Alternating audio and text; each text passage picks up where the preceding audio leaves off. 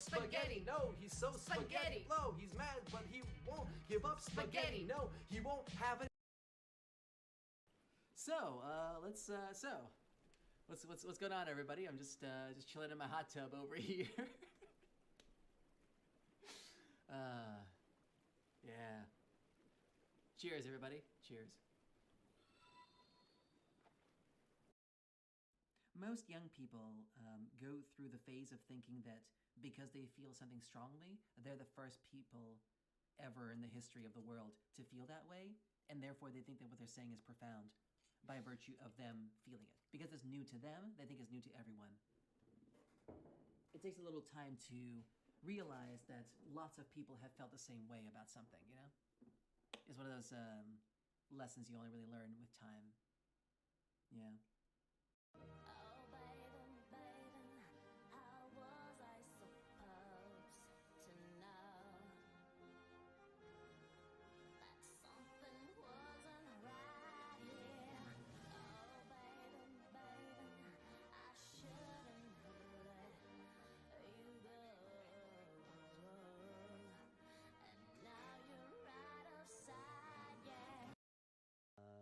Get here, Veronica. You wanna? Okay. There you go. Now she's a proper cat. There you go. Get here. Amazing, amazing. Pet me. With your eyes. Oh, sorry. I don't really have the time to watch it, so I just see like little chunks. I have a lot of stuff to do. Well, the little amount of time that you choose to spend is already huge, Valerie. I'm competing with YouTube, with other major Twitch streamers, with Netflix and Crunchyroll and all manner of video and video game services, and of all of those, you chose to stay here. That's huge. I really appreciate it. Thank you. I hope that I'll be worth your while. I try my best. Okay. If there's an infinite number of universes, but travel between them is impossible, then what are we even talking about? What's even the point of speculating? If it's impossible to interact with these hypothetical universes that might exist, then what's the point? If it's even possible, even a little bit, it will be happening an infinite number of times, at all times, forever, all at once, all the time. Because that's what infinity means. So the only other alternative is there's a finite number of universes, to which I have to ask, how many, why only that number, and what is preventing them from interacting with each other? These are questions that we can't possibly have the answers to, at least not yet. And at that point, we're just like drawing the rules of our own fan fiction multiverse. Does that all make sense? So literally like from the 1800s until literally the rest of time, the people who got to write about history happen to be the most privileged, most educated, wealthiest people in the entire world. And they didn't give a fuck about the average life of the average person. Hence, they didn't write about it. So if you feel like people in the medieval ages were more impressive, it's because you're reading about the most impressive 1% of the average person. Because nobody gave a fuck about how the average peasant lived. They didn't write about it, and therefore the historical record doesn't exist. That's the truth. Drink from my milk. Yeah. At the time that we get to learn Apollogus' backstory? Not even close. At the time that I bought this game, I didn't check who the publisher was, or the developer. I had since figured out, based on them forcing me into their stupid fucking other service, that it was made by Ubisoft San Francisco, and published by Ubisoft.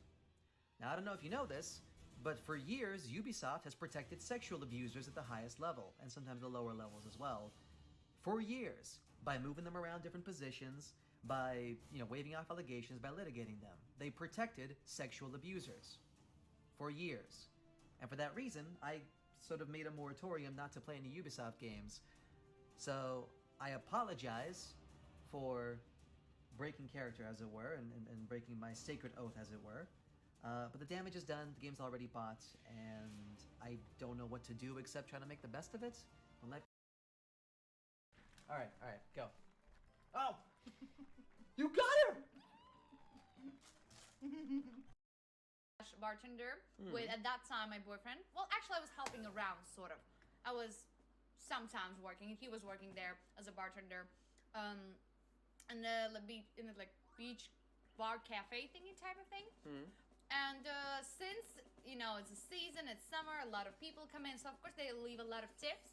But we found out what works best. I got an idea where, like, instead of just here's the jar for tips, we put our picture together. And actually, there was a picture from a year before that of my birthday. We weren't together at that point. And I was wearing like a white-ish dress and something, and we put a picture there, and it was like getting like funds together for our wedding. And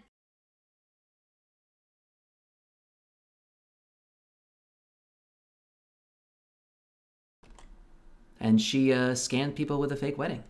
It's true. It's very true. Anyway, what's up, guys? How are we doing? Just an absolutely normal Monday evening. Nothing out of the ordinary here whatsoever. Just in my casual gear, just living life.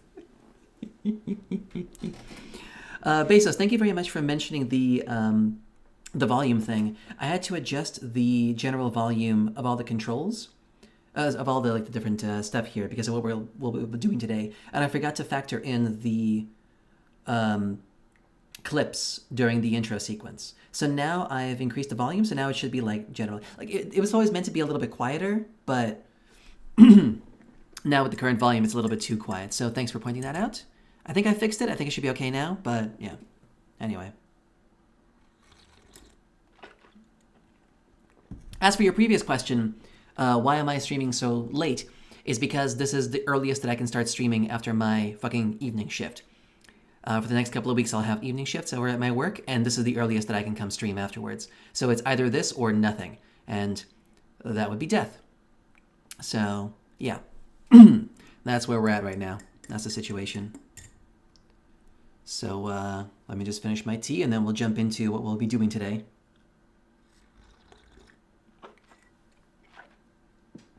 Oh, that's good. How is everybody feeling today?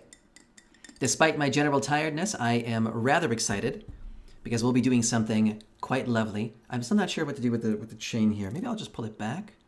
I could just put it in my head, but maybe I can like pull it in the collar. Is that cool?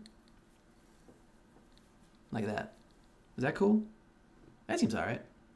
I don't want it like dangling too much, so yeah, we'll do it like this for now. Behind the ear. There we go. Make it like look like an elaborate earring. There we go. That looks good. I like that. Excellent. I love this hat. I saw this hat in a costume shop a little while ago, and I just couldn't resist. It's just so good. So good. It's a little crooked, but it's all right. Aren't we all a little crooked on the inside? Who among us? Whomst among us?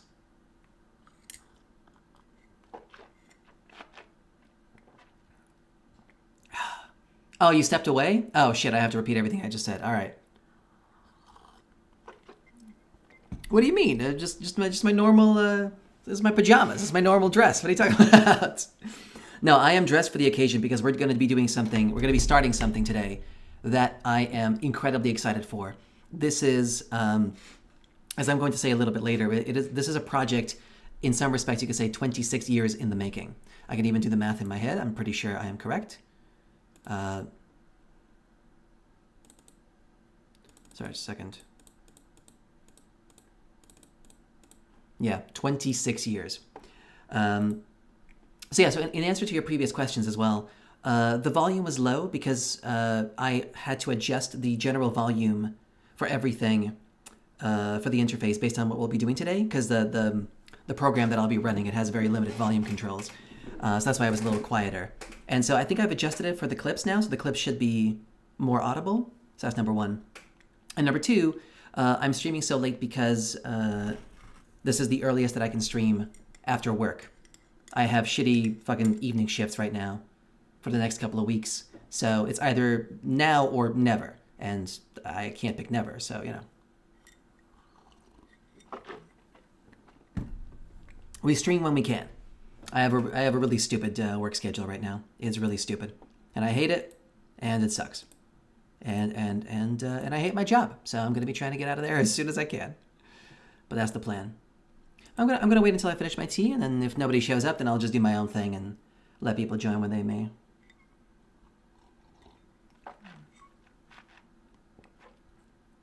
Because I got a whole intro sequence to do. I got a whole thing. A whole entire thing.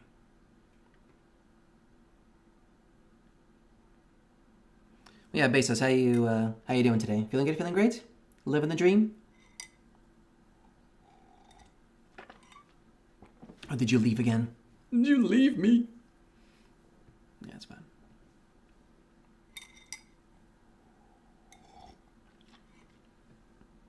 Beggar says, you already finished BG3? Yeah, we did it last Wednesday. We finished the whole damn thing.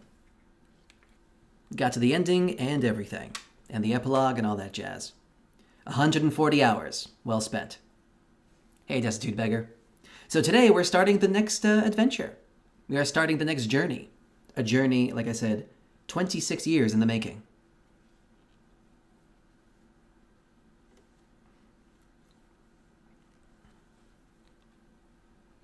Wow. I thought it would take years. It certainly felt like years at times, not gonna lie.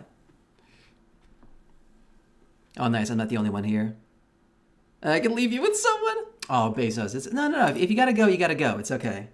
I can stream for myself too. It's all right. I mean, it's super sad, but I can do it. Especially today, because I've got my own agenda. I don't care what anyone says. We're doing my shit as was happening.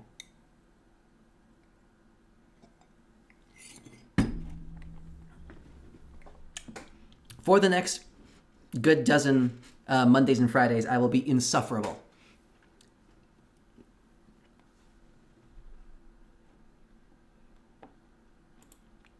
Destitute Beggar, I didn't know that you were Russian. Huh. All this time. You've been lying to me.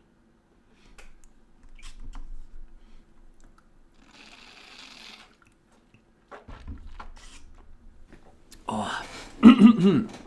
All right. Let me get set up over here.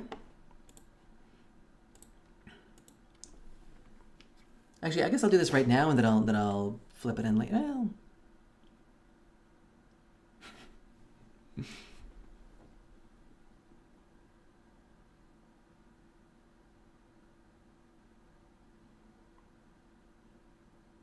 Well, yeah, to fit in versus to be happy. Yeah, to be yourself with two viewers. No. Bezos, it is possible to get famous, to get like a proper following while just being myself. There is an audience for what I'm doing. It's just they don't know that I exist yet. It's just a question of marketing and publishing, which admittedly I'm really bad at, but you know, I'm trying my best. It's okay. It's okay. Don't worry. It's okay. It's everything is fine. There's no problem. There's no problem. All right, my dear friends. Let me just do this real quick, and then I'm gonna. In the Navy, yes, you can sail the 7 seas in the Navy. Yes, you can put your manatees in the Navy. Oh man, I love this hat so much. Seriously, is this not the most pimp hat you've ever seen? I am extremely happy with the way this outfit came out. I think we are absolutely balling here. Just. All right. You refused those viewers principally because you want to earn it yourself? Do you not Is not fun for you to stream for 5 to 10 people? No, I'd like to stream for more people. It's not about like earning or not earning. It's just that those guys, they didn't actually respect me as a content creator. They only cared about me insofar as like I was in the orbit of their parasocial daddy poppage, and they only interacted with me through the medium of the shitty meme that I think is super unfunny. I didn't want to. First of all, they wanted me to stream in Russian. They would not shut up about that, which I will never, like, that was never a plan to do, first of all. And secondly, I would have to suffer these stupid fucking memes from these fucking children. So no, I just wouldn't accept it. If they would have treated me differently, it would have been different, but you know. The hat fits best for BDSM? Well, you know, it is how it is. You sing well? Thank you, SSS. I think so too. But yeah. Like, I would like to stream for more people, but I want the community that appreciates me for me, not like some other community, like some other streamers community grafting itself onto me and like forcing me to change for them. It's like, fuck, no. I'm doing my own thing. If you don't like it, you can leave. But like, if you like it, then you should have put a ring on it. Okay, my dear friends, I'm ready. It's time. Let us begin. Let me just get set up over here. Yeah. In reality, I really respect that. But for me, you're still the K word? Really? Why? You know there's other jokes, right? Like, I'm a whole entire person. I understand that's the thing you know me by, but I'm so much more than that, you know? And it's just, it really, like, upsets me that I've been reduced to this thing. I know that, like, that's how internet culture works. And honestly, if it was, like, anything else, if it was something, like, actually funny, I'd be okay with it. But this shit is like, come on, what the fuck? This is, like, some fucking middle school bullshit. Anyway, sorry, I don't want to get stuck up on that. We're doing our own thing here. We're doing our own thing. Let me just make sure that it works. Hold on. There it is. There it is.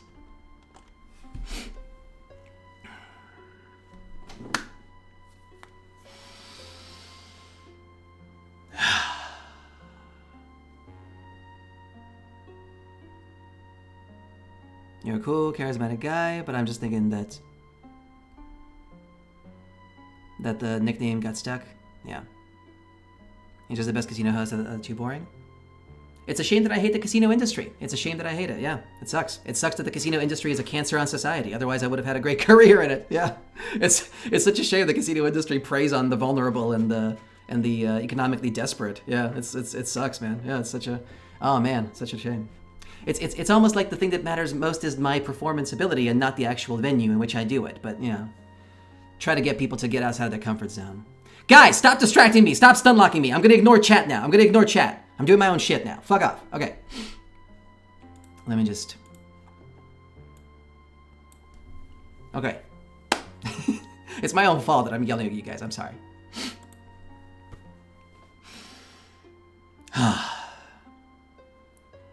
My dear friends, welcome to a journey that in some sense you could say is 26 years in the making. I'm talking, of course, about the greatest game of all time, Star Control 3. Alright, take care, Bezos. See you next time.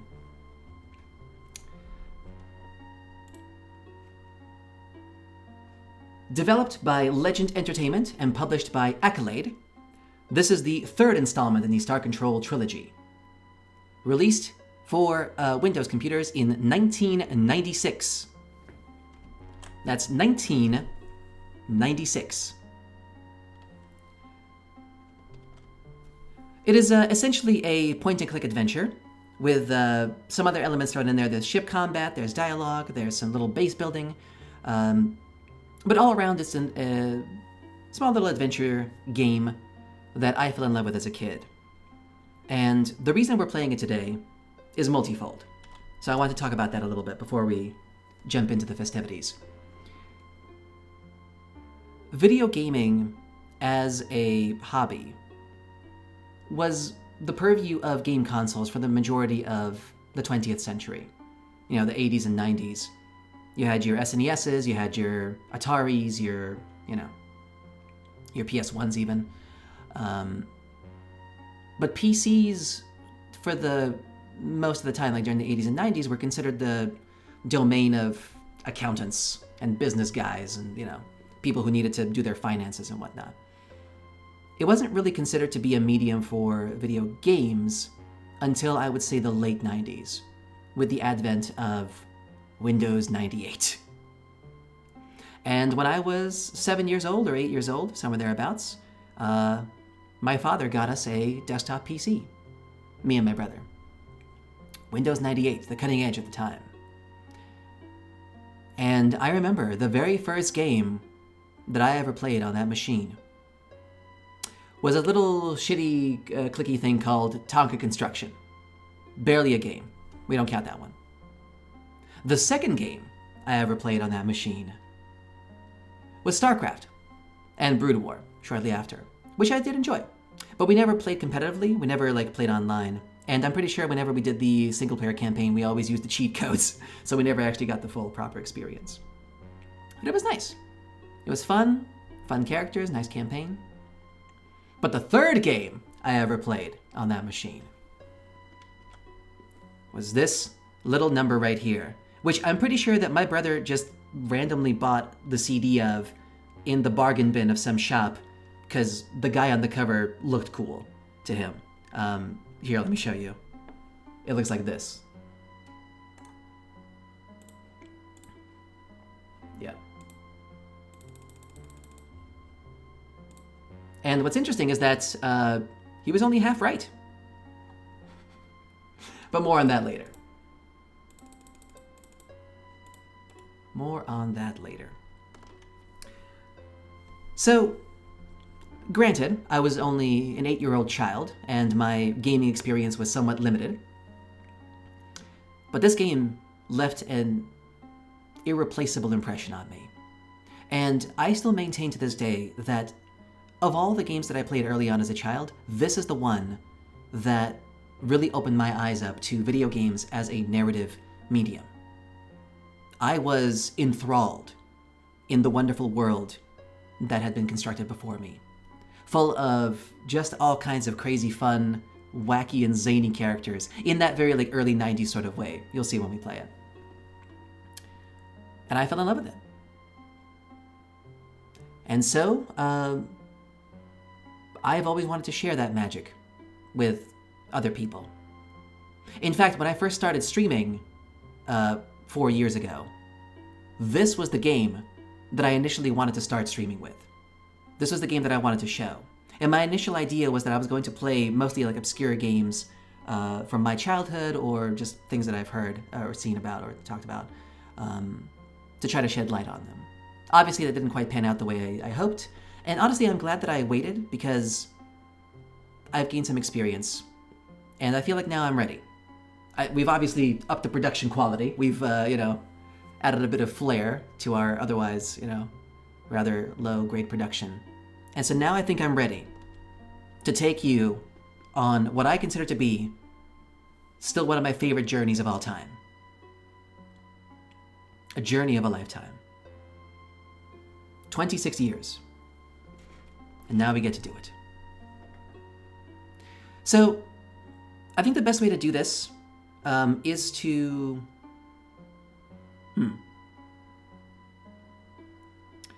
There's a couple of things I need to explain first before we jump into it. Let me see. Okay, yeah. We'll start here. So this is an old school kind of game. That hat is hypnotic. Isn't it a fantastic hat? I am so happy with this outfit. Yes, the reason I'm dressed like this is because I'll be playing the part of the captain. That is the protagonist of this story. I don't think he actually has a name. He's just called the captain. The captain of his own naval fleet. I'll be playing the part of the captain. He is the leader of the what will eventually be called the League of Sentient Races. Very much like the Federation, basically, but not as cool for a number of reasons. And our main goal, I guess you could say, is to protect this new galaxy we'll be thrust into from an impending evil that will be coming in some indeterminate amount of time. So we are literally on a mission to save the galaxy. So, this is an old school game, and because of that, it's got a few weird little mechanical quirks, because video gaming hasn't really been standardized back in 1996. And one of its interesting quirks is, like all the other Star Control games before it, it has a set time limit for the end game, basically. In other words, if we don't complete a certain number of tasks within the allotted time, we just lose the game. We just lose. And so for that reason, in order to not have to play this game 3,000 times over because I don't remember what I'm supposed to do, I will be using a walkthrough. I know, it's scummy, I know we're not supposed to, but I have a walkthrough here that was provided by Matthew Lamb. Thank you very much, Matthew. So we'll be roughly using this guide in case we get stuck, just so we know where to go in the future. Just so that we, don't get lost, as it were. I wanted to do the full disclaimer. Other than that, though, I guess I'll explain the game mechanics as we move along. There's some individual things that we need to discuss and explain, but for the most part, I think we're ready to jump in. Anyone have any questions before we get started?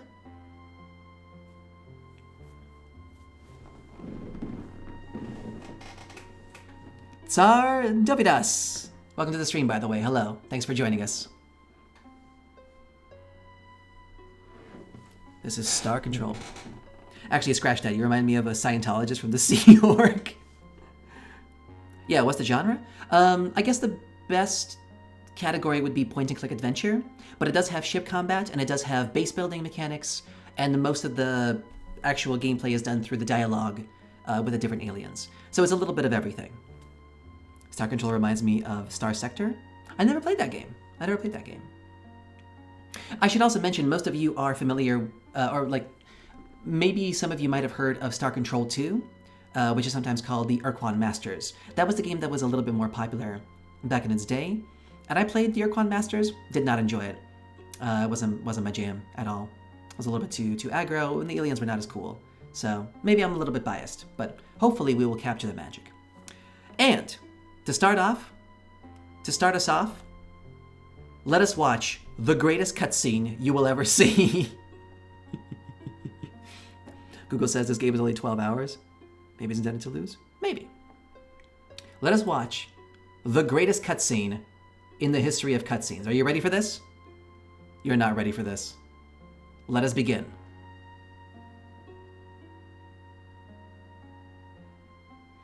The genre is whatever it wants to be in the moment. It's true. Let us begin the greatest journey to save the galaxy. At the end of the Hierarchy War, you sacrificed your priceless precursor vessel to demolish the enemy battle platform, the Samatra. You escaped in a tiny pod ship, hoping to outrun the cataclysmic energies unleashed in the final explosion.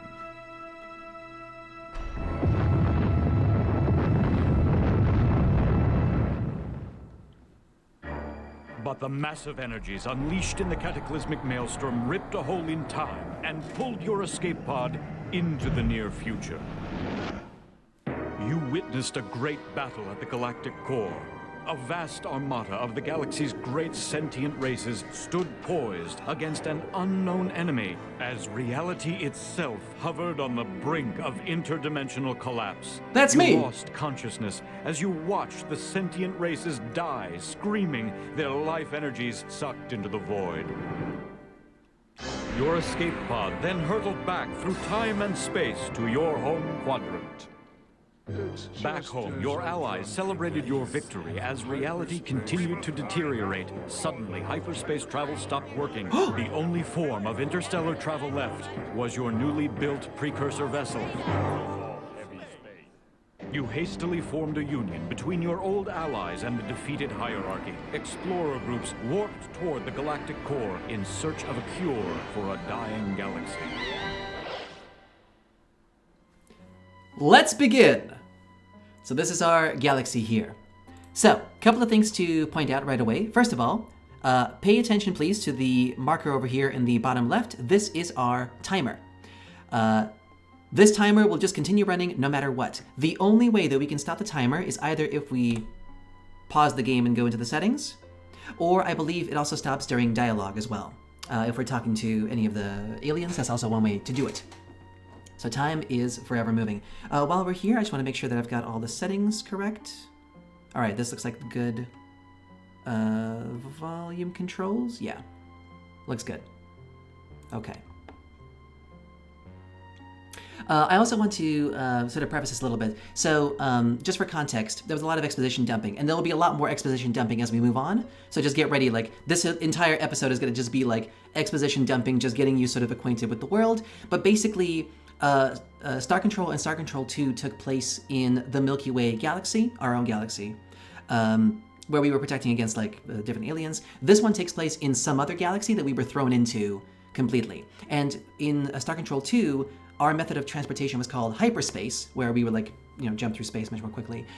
In this one, it's called warp bubble transport. Warp bubble transport? Yeah, I think it's something like that. We'll see. But yeah. And we're the only ones who can do it. Mind you, we're the only ones. That we know of. All right, let's get started. So there's multiple modes. This is the galaxy mode where we can go to individual star systems.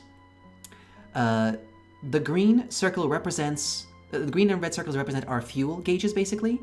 Green represents places that we can go and then make it back on the fuel that we have. Red means we can go there but we can't go back on the fuel that we have. And then purple means we can't go there at all.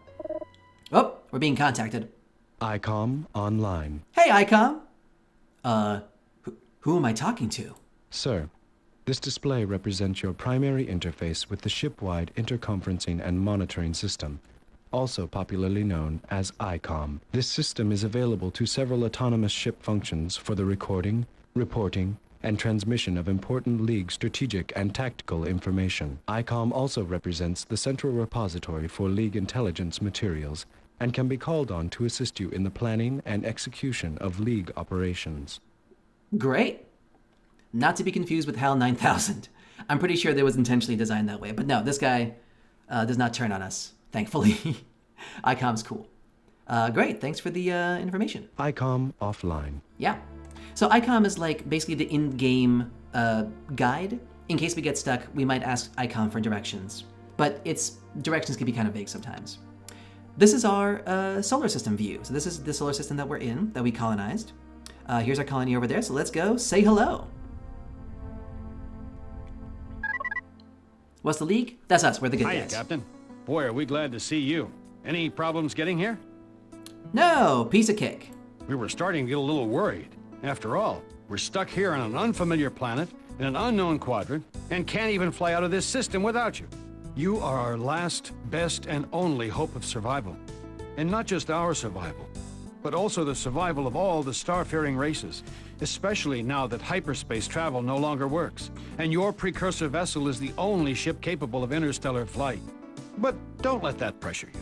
We have faith in your leadership. Oh, great, thanks. That's so reassuring. By the way, you might be wondering what you're looking at here, like what's happening here. I actually found this out later. The way that these developers made the aliens is they built prosthetics. So these are essentially puppets that were then recorded on video doing the, talking animations and then imported as MPEGs, I believe, into the game. So that's why there's a bit of that Uncanny Valley situation, but that's what I think adds to the charm.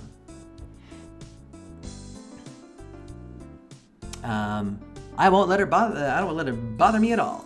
The first thing we need to do is find the other League races.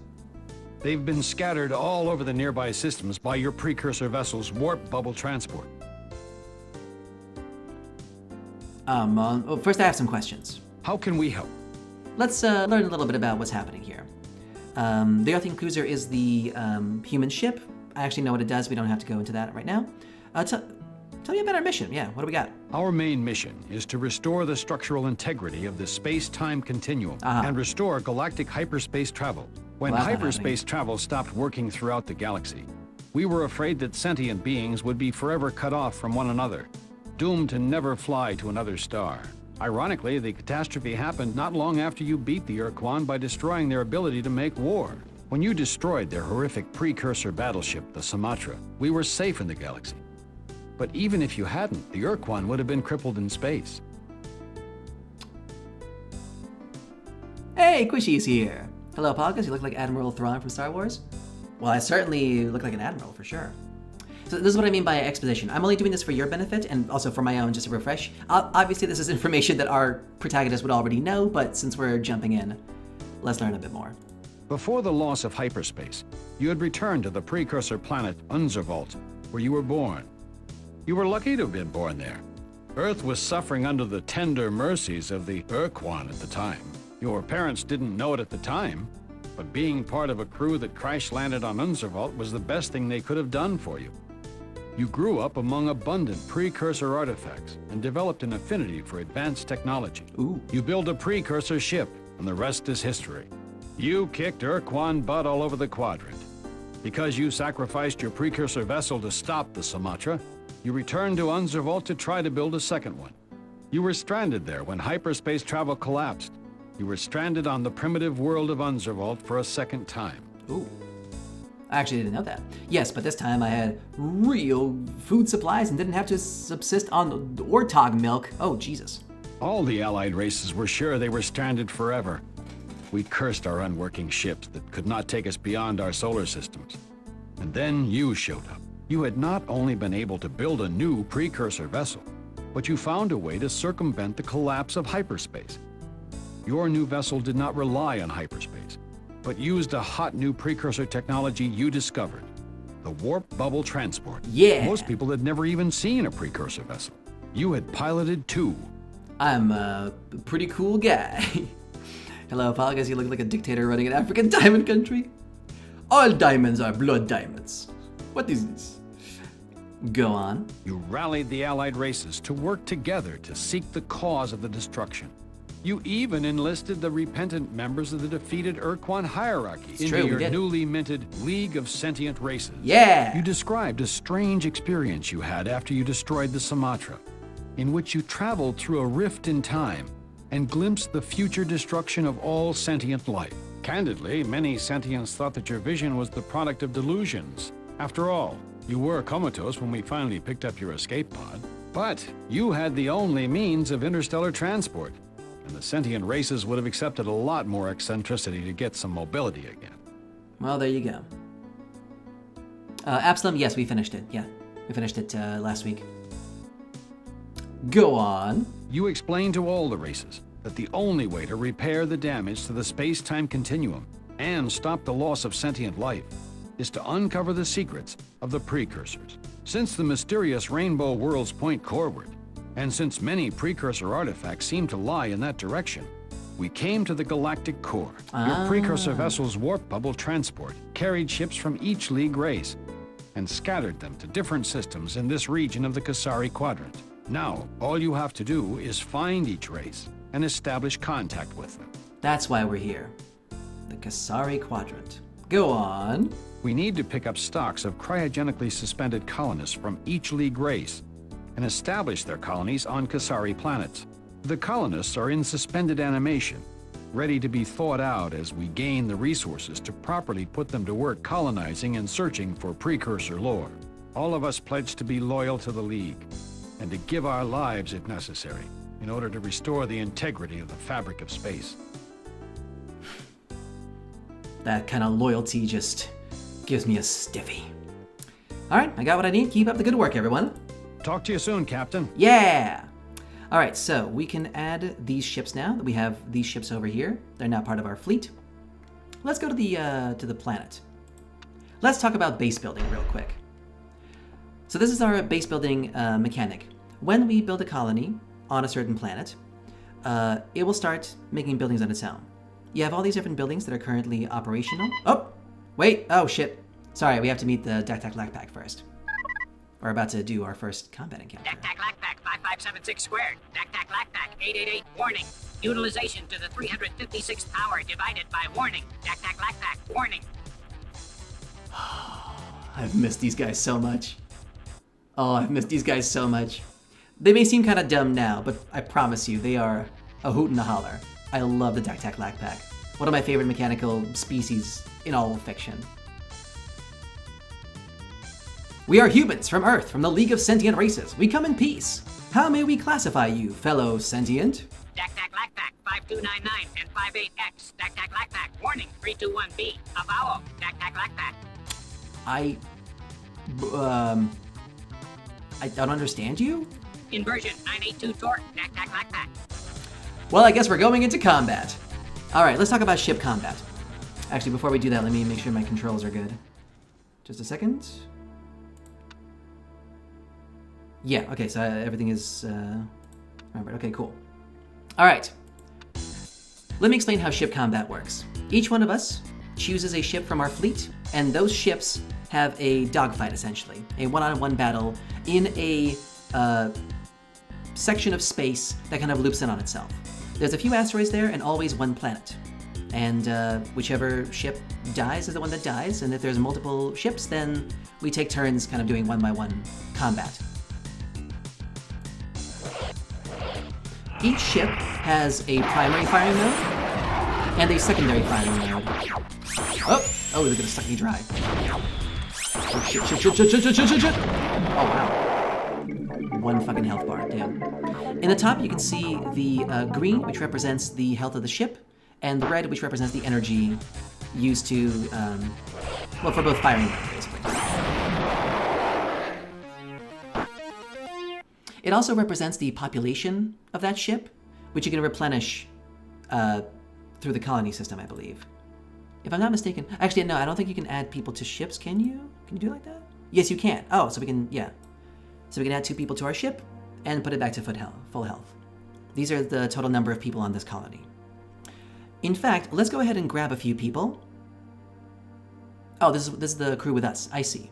So there's 200 people on the colony itself. Let's go grab a few more people. Because we'll be putting them on other colonies on other planets. But yeah, that was ship combat. We also have, what is this? Oh, these are our landing pods. Okay. So these are what we'll be using to put colonists on stuff.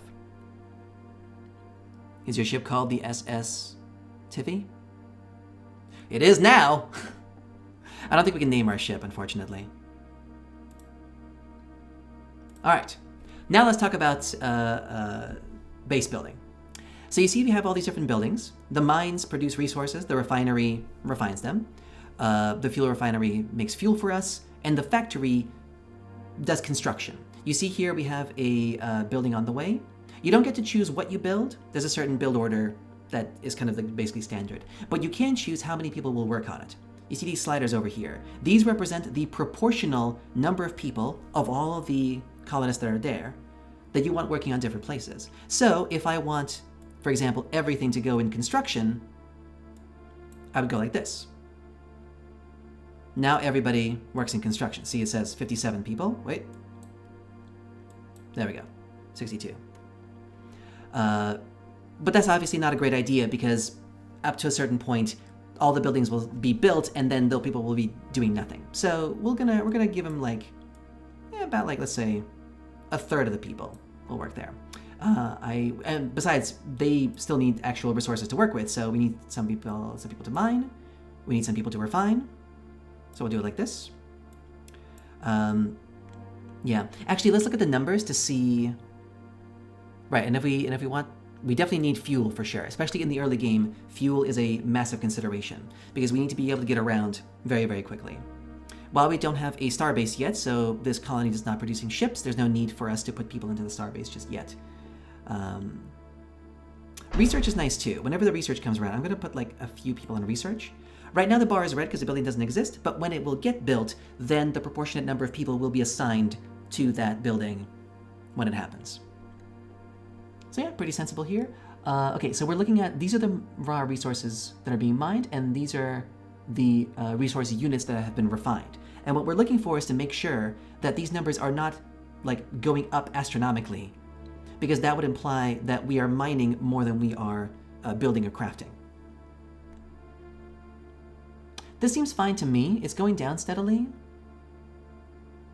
Okay, we need to put a few fewer people.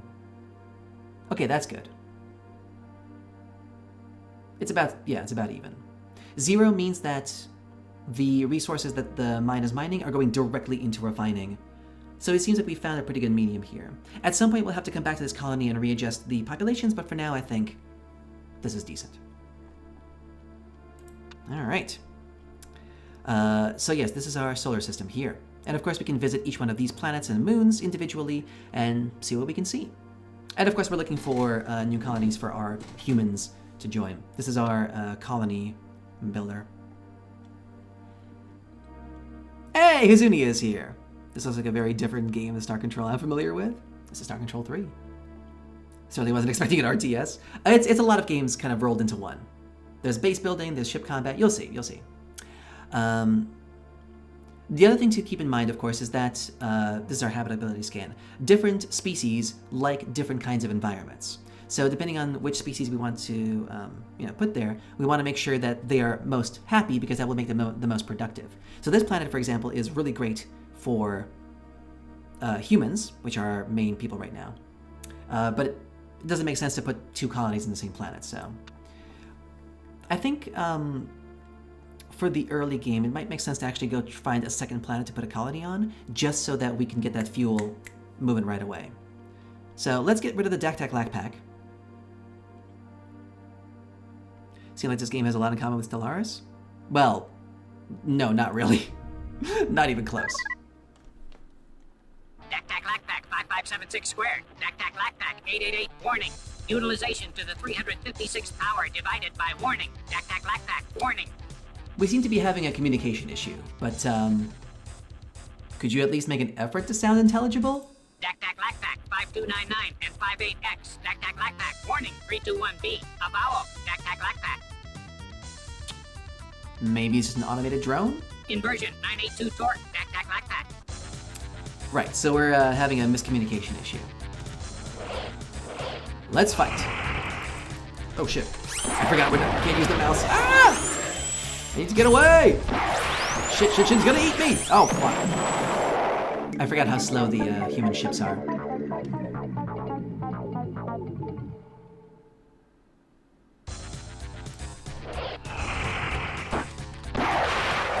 Don't get here! Oh shit.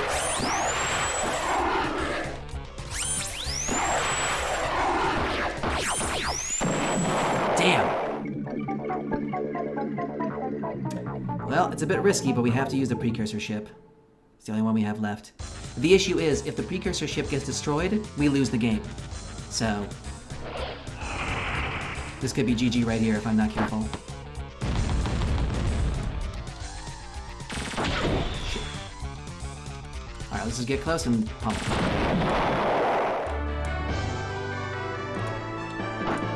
And of course, it stands to reason we can't make another precursor ship, so I'm afraid that's where it's at. But yeah, we are tragically without a fleet right now, which is a bit unsettling, but we're safe for the moment. Let's go visit a different planet. Oh, ooh, we got a thing here. We got a thing.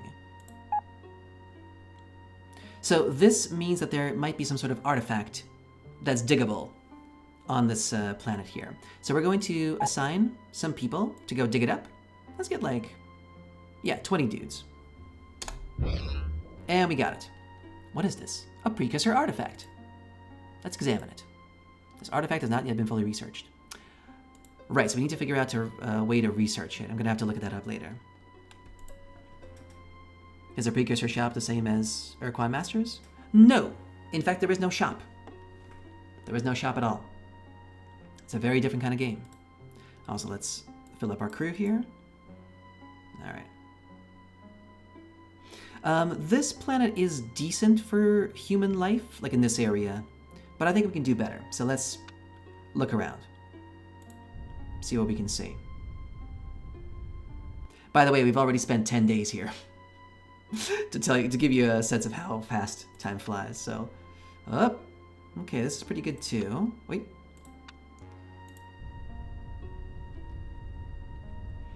You're a strong, independent admiral who needs no fleet. They're just holding you back. Yeah. Okay, this one's actually pretty decent too. So yeah, there's a lot of planets here. They're starting us off early, you know, easy. Oh, this one's not good. Not for us anyway. Let's check out one of these. Hello, Tverdy Znak. Привет, ёпта. Hello, hello. That's pretty good as well. I don't think mineral-wise... Oh shit, resource is 0. Oh, we have to check that as well. Oh, I didn't see that before. If there's 0 resources, then it ain't worth it at all. I actually didn't know that. Wait, but it says 0 everywhere. Okay, then I don't know. Wait, let's check our planet actually, I'm curious. Oh, right. Hi, Captain. How can we help? No, we're good. Keep up the Talk to you soon, Captain. I want to check out the... Right, so we need to find a planet that actually has resources to mine, otherwise there's no point building a colony. Good that I checked that. Otherwise, we would have been in a dire situation. Okay, so there's no resources on any of these. Maybe the moon? No. No resources anywhere. Okay.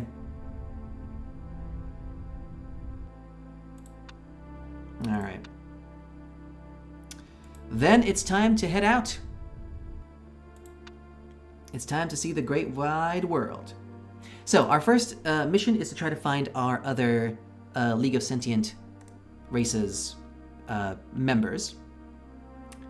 So, Goshen is one of our systems. Alright, let's go to Goshen. Ah, and we happen to have a sentient race right here. Let's say hello.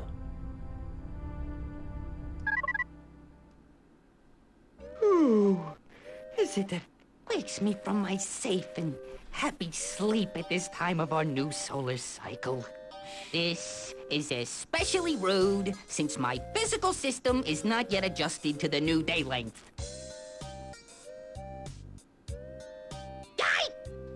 A vast menacing ship blots out the sun and threatens to rain down radioactive death upon us! Oh no!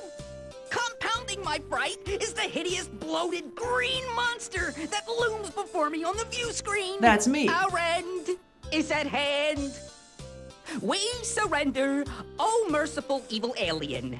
I, Niflwan, Regent of the ruling council of the Spathi colonists, officially surrender. We will reveal all League secrets to you and give you all our storehouse of minerals. Would you like to know the weaknesses of the captain of the League? He is a megalomaniacal tyrant, but a softie for polite rules of colonization. True. He's a sucker about forgiving his allies for any sort of indiscretion. Now please don't... Wait. Echo, who has been fiddling with the color and contrast controls of my view screen? This is the second time this week! Yikes! It is the Hunam captain of the League of Sentient Races. That's true. I didn't mean it, Captain. That's alright. I forgive you. Ladies and gentlemen, the Spathi.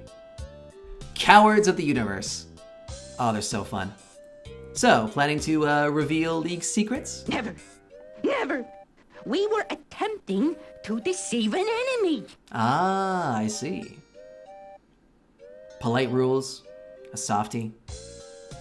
It was a figure of speech. Oh, I see. If the enemy were to think of you as a softie, they would underestimate you. Then you could easily destroy them. I mean, you've got a point. We were trying to misinform the enemy by calling you a softie. That was our story, and even in the face of the worst torture, we were prepared to stick with it. Ashes has a great question. Do choices matter? In the way that you're describing them, basically, no. There is a win condition that we're trying to achieve, and we have multiple ways of getting there in terms of like the order in which we do things, but for most of the primary objectives, there's the correct answer and the incorrect answer. I think there's like a few specific little instances where we can like change how certain aliens feel about us, but for the most part, it's a pretty linear story in that regard. So that is how it is. But still, it's fun to learn about these wacky characters.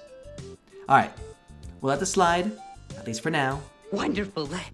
In truth, just between us, I have been quite ill at ease since your warp bubble transport hurtled us off into the void of the Kasari Quadrant like some castaway petal claw covering. Yet now, I find myself enjoying your company, your sparkling conversation, and the presence of your huge, powerful, death-dealing starship, which my friend, you would certainly feel compelled to use in order to save me from any hostile life forms who threaten me with death. Of course. What about choices in dialogue? Also that as well, yes. For certain conversations, it is important to ask the right questions and get the right information from the individual aliens that we talk to. So yes, those will also be critical at different points. I will try my best to navigate it, but you know, there's always a save feature. I will be saving often, because again, I don't know when, I want to make sure I get it right. I really hope the bags of mostly gas species is in this one as well. I don't think so. Hazunia, if it's the one that I think you're thinking of, then no, I don't think they're in this one. I'm sorry. But there's a bunch of new ones. They're fun too. Of course, we protect all the League races. We rejoice! Did we mention that we are enjoying your company? I'd like an update on your status, Nipple One. Well, that's something. All right, Nipple One, tell me what you got. Well, you see, it's like this. When we first arrived, we were terrified to step out onto the surface of our designated planet. Savage beasts freely roamed the surface, gnawing the abundant tubers and root crops with massive forefangs. We did not dare set our petal claws on that surface. Of course. These horrible pink-eyed creatures scattered at the sight of us, as if to regroup for a massive assault. Oh, man. We could see them lurking behind the abundant ground cover, their flop ears twitching menacingly, as if to signal an ambush. It was only after we incinerated several thousand of them with our beam weapons that we discovered, surprise! They were just gentle herbivores. Imagine our relief. So we were a little late in getting started colonizing. We have not produced too many Eluder ships for you, but even now, our teams are hard at work. Fantastic. The Slilandra is easily all my time favorite from right now. I remember the Slilandra from Star Control 2. I enjoyed them as well. They were one of the few races in Star Control 2 that I really enjoyed. Yeah, I like the Slilandra. They were cool. You guys were afraid of a bunch of bunnies. Not bunnies. Huge, furry rodents with massive fangs. Okay, bunnies. Incredible. Are all Spathy this cowardly? Yes, absolutely, and with no qualifications. I admire the This honesty. system has kept us alive for millennia, and we see no reason to change it now, except to do what we promised and help keep the galaxy alive. But Fair. once the galaxy is feeling better, it's back to safety for us. Incredible. I have other questions. What is it you wish to know? We will try to answer, but please don't be offended with us if we don't have every answer to every question. I will try my best not to be offended. I'm gonna ask about the Eluder Void ships just because I love this description, even though I already know what it is. But tell me about the Eluder Void ships. Our exquisite Eluder Void ship is fast and maneuverable, with powerful engines that can outrun many kinds of enemy ships. We have a short-range front gun and a very powerful rear weapon, the famed backward-utilized tracking torpedo. Yeah! This ship is brilliantly designed for one purpose: running away. We are always willing to run away from a fight, and if any opponent is ill-mannered enough to pursue us, we run away while lobbing BUTT missiles at them. Yes. Of course, we are willing to gird our haunches and force ourselves to fight for the League. In such cases, we like to stay comfortably out of range and pop in occasionally to launch a missile. It's one of my favorite ships, actually.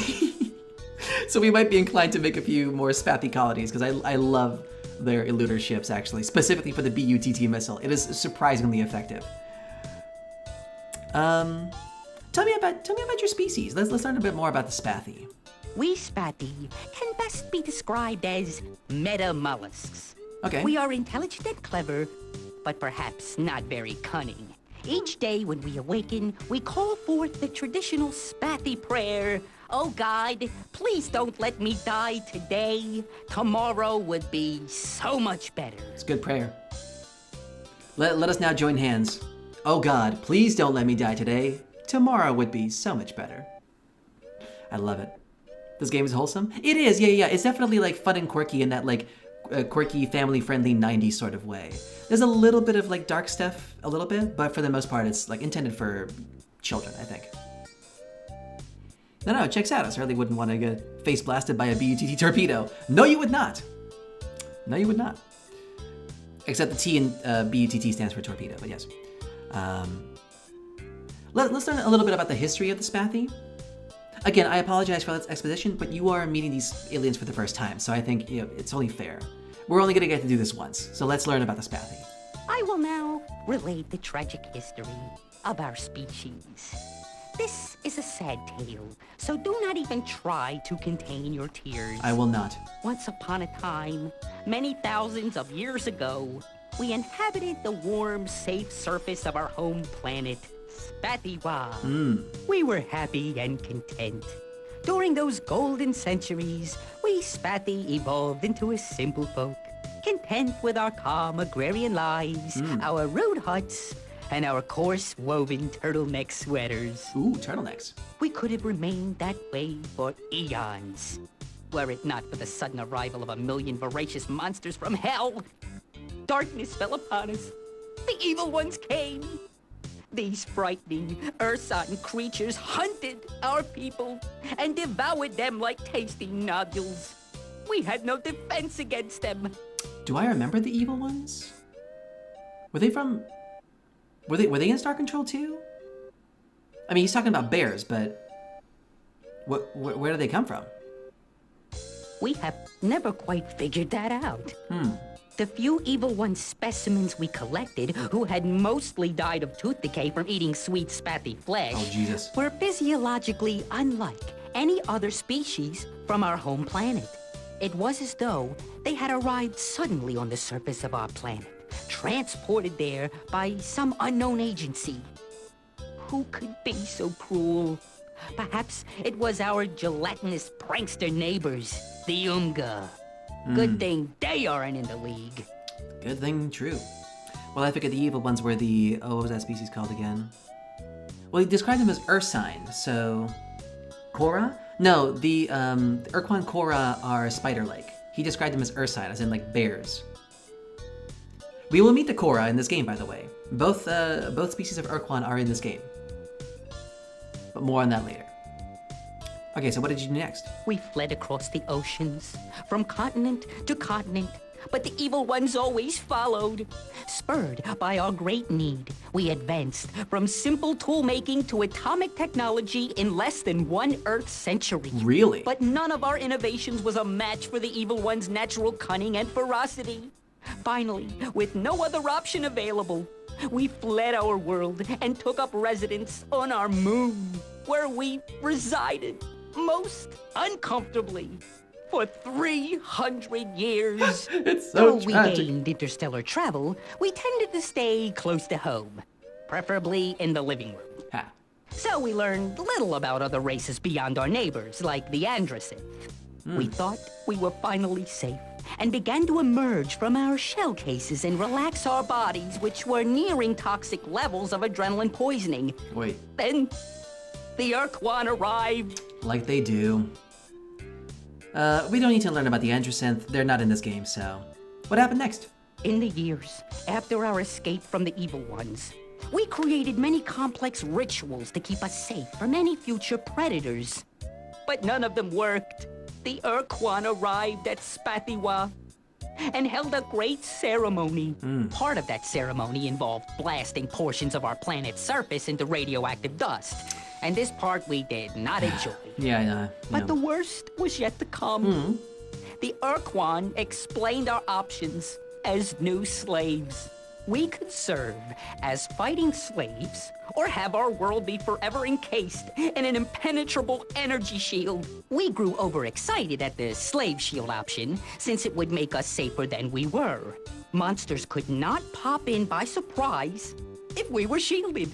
We eagerly transmitted our decision to the Urquan, but the Urquan servant was a member of a race of gelatinous pranksters called the Umga. Oh, no! The Umga saw how eager we were to be cut off from the galaxy's wars and told the Urquan that we wanted to become fighting slaves. We tried to explain the disastrous mistake, but the strict Urquan bureaucracy had no mechanism to allow any such change in status. Gotta have an appeals Following program. that most tragic day, we were forced to assume the role of an Urquan star thug.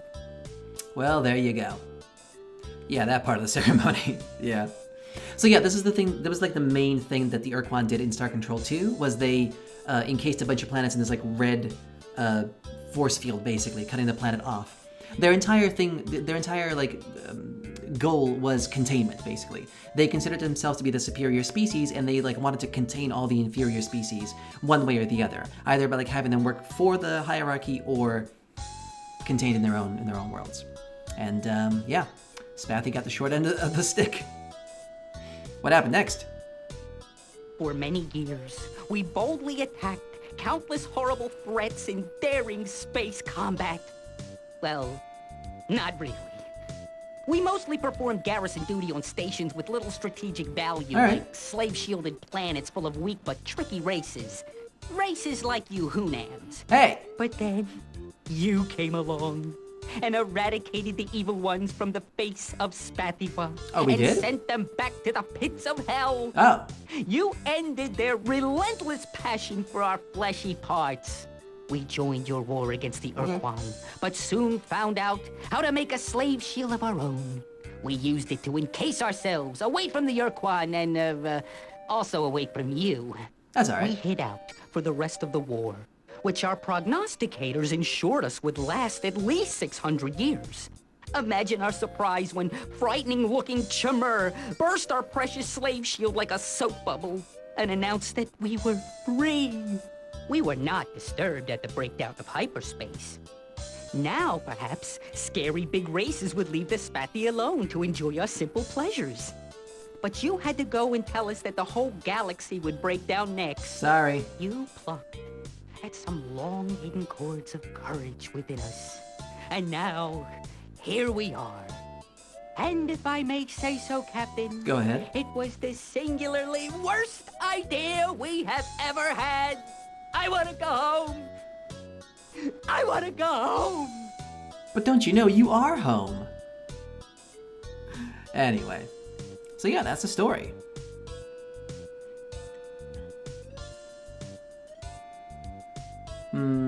Buck up there, little Spathy. We will carry on with our mission. What is it you wish to know? We will try to answer... All right. What do you know about the precursors? We have found traces of the precursors scattered throughout our space. Our belief is that the precursors are not really gone. They simply came to their senses one day. All right. They realized what a dangerous place the galaxy is, and used their superior technology to invent some kind of splendid invisibility shield and remain alive and happy to this day in our very midst. We hope to rediscover this secret someday and disappear into similar obscurity. All right then. Well, thank you very much for that exposition dump. Keep up the good work, Spathy. Must you take your sheltering, protective precursor vessel away from our skies so soon? Very well, but return soon, Captain. Oh, I will. All right, let's add these lovely Spathy ships to our fleet. Let's go ahead and manage the... Oh. Pay dirt. Captain, we've found a large cache of precursor records about genetic engineering. All right. Evolutionary development of sentient and non-sentient species appears to be a consuming passion for them. We'll continue to update you as we translate them. I see. Mayhaps the precursors might have been eugenicists? We're all counting on you. We're on it. Yeah. Cool. All right, let's manage our stuff here. So once again, we're going to... Pay dirt. Is that a greeting or what? Never heard of that? No, pay dirt is a celebration. Like we've hit pay dirt. Yeah, that's a common American expression. Yeah. So once again, we're gonna put most of our stuff in fuel, and let's see here. We're refining more than we're mining, so let's go ahead and reduce that. No, we're still whoop. No, we're still refining more than we're mining.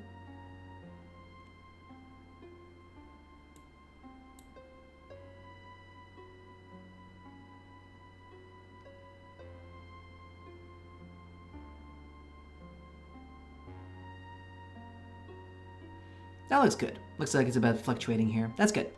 All right, so then we will, yeah, we definitely want as many people working on ships as possible for the moment. We don't need landing pods for this one necessarily, and research, we'll put just a few people on research. Okay, cool. We got our ships. Let's also... Yeah, let's grab like 50 Spathi just to have them. Yeah. In case we want to build a colony somewhere. Yeah, if we want a second colony. Okay. And I guess while we're here, I mean, it'll be good to have a colony in a different system, but... Oh, what's up? Oh. We haven't yet found any evidence of the Supox, Chmer, Mycon, Pakunk, Cyrene, Urquan, Utwig, Vux, or Ors. So that's what we're looking for. Let's go check out these planets, see if maybe one of these will already have resources for us. Nothing here. Nothing here. I suspect there'll be nothing in this system at all. Oh! This one has a few, but not that many. And Spathi don't like it here at all, so that's not good. This one has nothing. This one has nothing.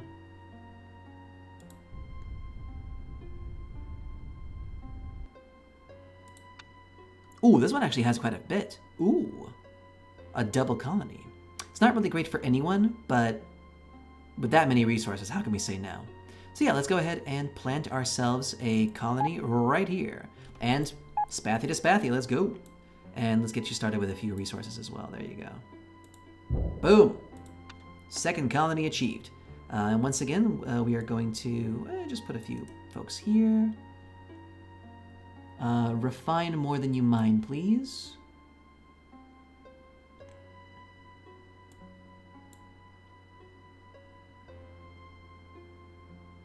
There we go. Once you can build ships, build ships. Once you can make fuel, make fuel. Everything else is unnecessary. Well, a little bit of research. I'll have to look up if research is actually necessary for all of them. It might not be. Maybe it's like a thing where you put a artifact into the colony and they research it there, which means we won't actually need people. That might be the way that it is. Anyway, we only have 3 pods left, so we have to be kind of careful about where we distribute them. Okay, that'll do for now, I think. Now we can actually go quite a few places. Alright, let's have a look here.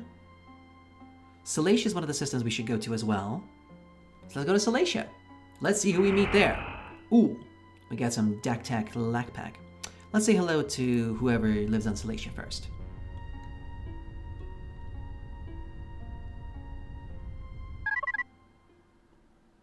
Hello? Oh! Hello? Hello? Is our good friend the human there? Ah, yes. Oh, there you are. My view screen must not have been working. How pleasant to look upon you again. Greetings, Captain of the League of Sentient Races. Greetings from the Vux colonists. I, Admiral Dox, welcome you to our colony. We were wondering when you would get here. Well, you know, I need to take my dear sweet time. I wish I could say the same. Wait for it, Hazunia. Fucking wait for it. I love the Vux. They're great. I'm here now. Give me an update on your status, Dox. Vux power plants operate at peak efficiency, of course. Of course. We had quite a successful rollout of our extraordinary ship, the Intruder. And we are ready to cause immense torrents of pain in all who irritate the Vux. The League. Ah. That's great. Please help yourself. Nothing we like more than to give the fruits of our labor to our good friend, the human. It's nice that every race speaks English. Well, I'm assuming there's like a universal translator of some kind. Not suspicious at all. Yeah, I think there's a universal translator situation going on, but language comprehension will become a problem, or there'll be an issue. Don't worry. Not everyone will be comprehensible. I'm glad you changed your ways from when you were a vicious member of the hierarchy. Yes, yes, yes. That's all behind us. Uh-huh. We are no longer revolted at the sight of humans and other sentients. See? Uh-huh. I have been looking upon you for minutes without gagging on my own stomach acids. I appreciate your holding of your stomach acids. Good, because during the war I had to show you, Vux, the error of your bigoted ways, and I'd hate to have to stomp on you again. I'll just say that's great. That's great. We will need lots of habitable worlds with great resources in order to assist you best. We'd like to make sure that you allocate plenty of resources to us. No thanks. We have some questions. Please inform the Bucks of the manner in which we can best assist our good friend, the human captain. So from what I remember, the Vux intruders were not very good. Yeah, I'll have to use them to see, but I'm pretty sure they're not good. So I don't think we'll be making a lot of Vux colonies. Tell me about the history of the Vux. You know our history! You were... excuse me. Oh, okay. Now then, allow me to regale you with the amazing saga of the Bucks. Guys, they're not mad. We They're not were mad. a mighty starfaring race even before the coming of the Urquan. That's great. The hierarchy forced us to maim and destroy and enslave other worlds. Oh, they forced you, huh? Do you think for a moment that we enjoyed it? Yeah. Well, perhaps just a little. Oh, okay. But what we really enjoy is working for you. Well, that's wonderful. Go on. Tell us how much you enjoy working with us. Anyway, working with the Urquan was difficult because so many races were so very nauseating to the Bucks. But we managed. However, then we met the humans, who were a whole new dimension in ugliness. You were so repulsive. And by you, I mean all humans, of course. Of course. You were so repulsive that we hated you on sight. Understandable. We pretended that we were mortally offended by a rude insult made by the first humans we met, and used the insult as an excuse to justify our hate. But then we met you. I mean, Doc's really demonstrating how when you're being overly specific and be kind of discriminating, like with the human captain. Yeah. They are race realists over. No, I mean he said he thinks he did. It's one of those like fun ironies that like these guys think everyone else is ugly, you know? You were flying around in your previous precursor vessel. You seem to have a habit of having lots of precursor vessels. Well, just two. The Bucks fought you, but just couldn't quite fully pulverize you. Oh, I know you really wanted to pulverize me. All we wanted was to stop looking at you. But you kept on apologizing for the insult. Over and over again. We had to keep looking at you. Turn your screens off. Finally, we broke down and confessed that we would never join you. Not because of any insult, but because of your vomitous appearance. Go on. But your persistence also allowed you to learn the whereabouts of that monstrous Bucks pervert, Admiral Zex. Zex. Who was so twisted With a Z. that he actually liked the look of human. What a pervert. The wicked Zex actually helped you to defeat the hierarchy. But now, we are your allies, and all that foolishness is forgotten. Yeah. And more to the point, using that ugliness to justify all manner of things like in Starship Troopers or Helldivers 2. If you want something more modern. Yeah! Welcome to racism! Well, kind of. Not really, but... Was Zex the one that was collecting the menagerie? Yes, that was the guy, yeah. There will be a few references to Star Control 2 throughout this game, yeah. Are you really over your prejudices? It is true that we were once disgusted by you. But now, the sight of your face is so pleasing. Oh yeah? Oh yeah? The way the smooth skin is creased around the two tiny eye sockets, and the way the feed hole gapes open with corners upturned to reveal an yes, happy. So you see, we cannot be bigoted against you anymore. Can't happen. I forget that when I press a button, it skips a thing. Sorry. I messed that up. My bad. My bad.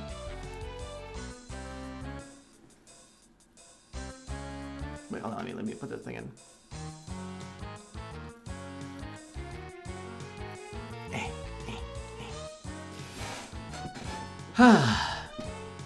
How is it that you were able to overcome such deep-seated bigotry against other races? Tell me more about this. Oh, we overcame our bigotry through pure thoughts, clean living, and hard work.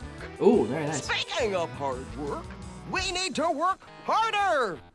We need more resources and more worlds to really work hard. Guys, I think they want resources. Very well. Just answer some more questions, please. Please inform the Bucks of the manner in which we can best assist our good friend, the Human Captain. The Human Captain. What do you know about the precursors in Rainbow Worlds? The precursors were old and powerful, but not too powerful to keep from dying. Okay. So they are useless. I see. And Rainbow Worlds, sparkly bubbles. Please inform. The Bucks seem to be a rather incurious species. Gee, I wonder why. All right, see you later, Admiral. Later. Later is good. I can imagine. Well, we're kind of, we need to use these ships for now, so let's go add them to the fleet for the moment. Let's get rid of this Dak-Tak Lak-Pak scourge we got here. Also, there's an anomaly. Anomaly. Dak-Tak Lak-Pak 5576 squared. Dak-Tak Lak-Pak 888 warning. Utilization to the 356th power divided by warning. Dak-Tak Lak-Pak warning. They will seem annoying right now. Trust me. They'll get better. I can't understand you. Dak-Tak Lak-Pak 5299 and 58X. Dak-Tak Lak-Pak warning 321B. Avowal. Dak-Tak Lak-Pak. I love the Dak-Tak Lak-Pak. If you're actually sentient, could you please say something that makes at least a little bit of sense? Inversion 982 torque. Dak-Tak Lak-Pak. Got me beat. Alright, let's check out these intruders. I'm actually curious what they do. Whoa! Whoa, whoa, whoa, whoa, whoa, whoa, whoa! Oh, right, yeah. They have a front laser, and then they, like, shoot little mines. They're, like, super slow. And the ships themselves are super slow as well. That's why I don't like these ships. Yeah. Also, this guy's running away from me for some reason, even though his main thing is, like, close range. Right, so we need to get with the laser. Because we're not going to get him with the mines at all. That's not happening.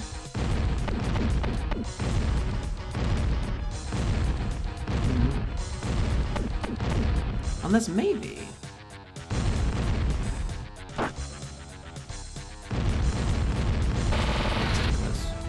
Too far. The good news is, like, if I'm too far away, I can always go, like, in the opposite direction. Oh, shit. No. Okay. The mine man. Oh! Damn it. Fucking asteroid got me. Up! Another pass! Oh! Lasered him a little bit. Wait, I dealt damage! What the hell? Alright, let's see. Let's try a different tactic. Damn it. I'm telling you, these ships suck! Or maybe I suck.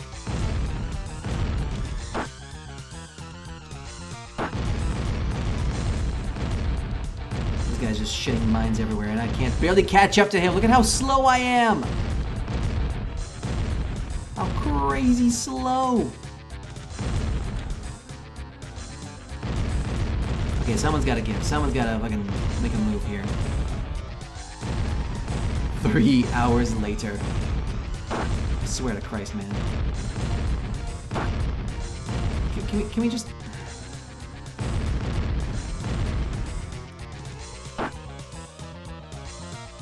Alright, let's try a different tactic here. Let's try going into the... Oh! I got some damage in. Let's go to the planet and see if we can get a swing. Oh, shit! Damn it! The asteroid kind of blocked me there. I was trying to do like a swing around the gravity. Okay, let's use up the shitty ships while we still have them. And then never use them again. Maybe it's just a bad matchup, maybe this particular... But, like, they're so slow. Yeah, catapult. There we go. Thank you. Yeah. What's it called? Slingshot. It's called a slingshot maneuver. That's what I wanted to do.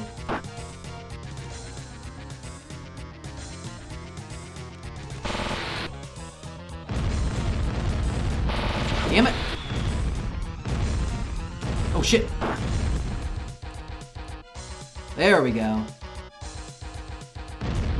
And I believe that in this spatial combat, we do retain our forward momentum because it is space.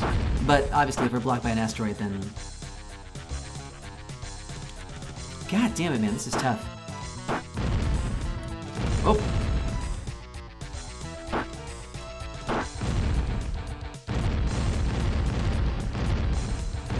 Why does this guy not want to suck me?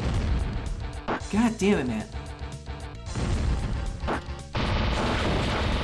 When I was like fighting with the human ships, he was so eager to suck me off, and now he's just avoiding me like the plague. Like literally pump and dump, you know? Shit. The old suck off and fuck off. Damn it.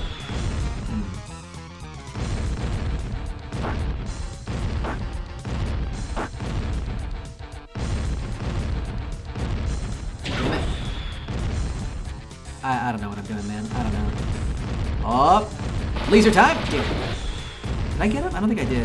Damn it, alright. Go for another collision. Shit! Ah! This thing turns so slowly.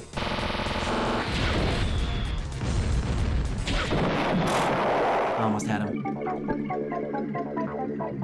Alright, we'll get him with this one. We'll get him with this one. I am not using up my precious spathy ships for this bullshit.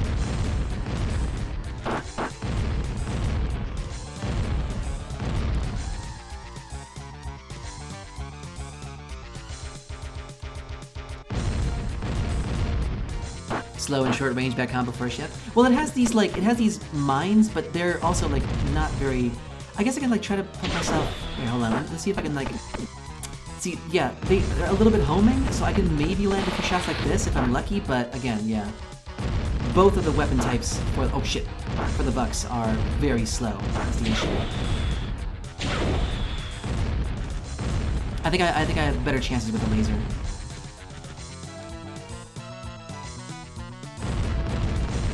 Can someone explain to me why the screen is looped? Because otherwise we could fly away from each other forever. No, it's just a quirk of the Kasari quadrant, you see. It's, that's just how space works here, you know?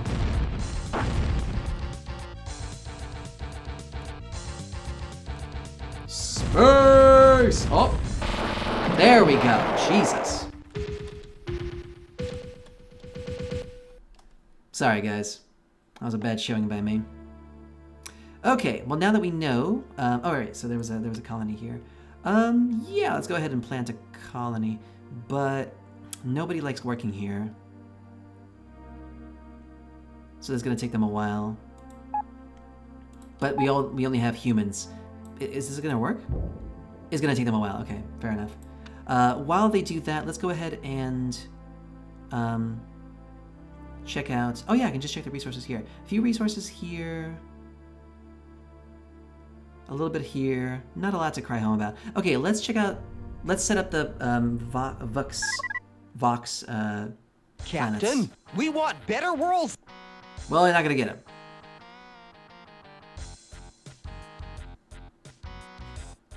We all have to pull together for the good of the League. That's all we ever hear anymore. We've literally talked for the first time since the first. Okay, whatever. See you later. Later. Later is good. They're very demanding. Alright, so we don't want any ships from these guys, so yeah, just give me fuel. Give me fuel. Yeah, okay, so we're in a situation here where they are using up everything to build. Landing pods would be good from these guys, actually. So yeah, let's get landing pods and no research necessary right now. And then hopefully that will shift later. Alright. It's an old game, and back then systems can handle only so much space at once. Also, game mechanics of the game isn't restricted and faster. Yeah, exactly, yeah. You get it, Hazunia, you get it. But yes, remember, like, whenever you see bad game design here, remember, 1996, okay? Just, like, temper your expectations, please. 2 years before the N64 even came out. Like just give it a minute.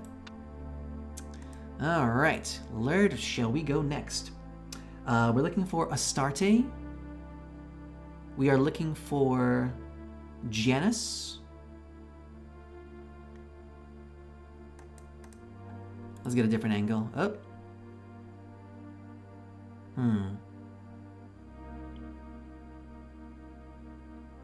Oh, wait. I forgot. We should check out the artifact that we got. We got another precursor card artifact. There you go. Not been fully researched. Okay. So I'm guessing that we have to take it to a colony that has a research building and then plant it in there for research. I think that's how that works.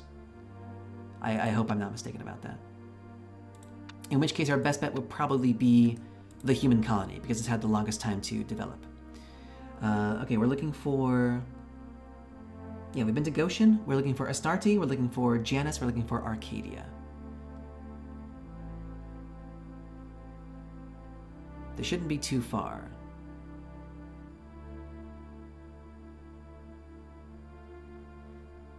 And yet... There's Arcadia. Okay, a little bit far. We could take a risk and... Oh, wait. There's Astarte. Okay. Astarte is pretty close. There's a chance that when we go there... Wait. How does it... Okay. Where is it? It's right there, yeah? No, Purina.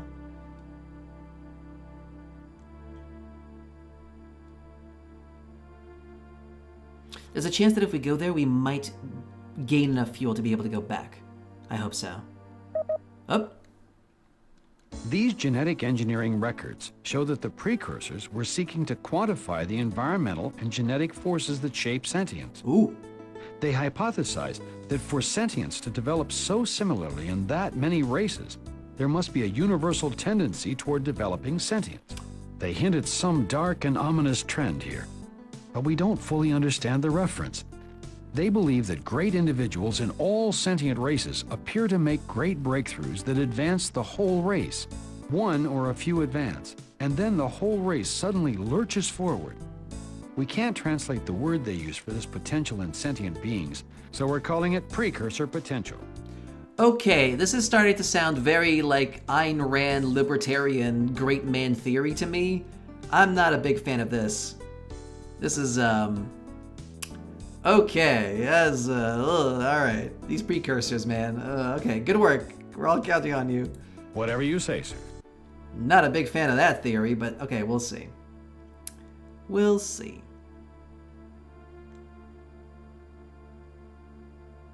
Alright, I'm gonna go back to, what's his face? Helios, to get some extra fuel, and that should give me enough that I need to get me where I need to go.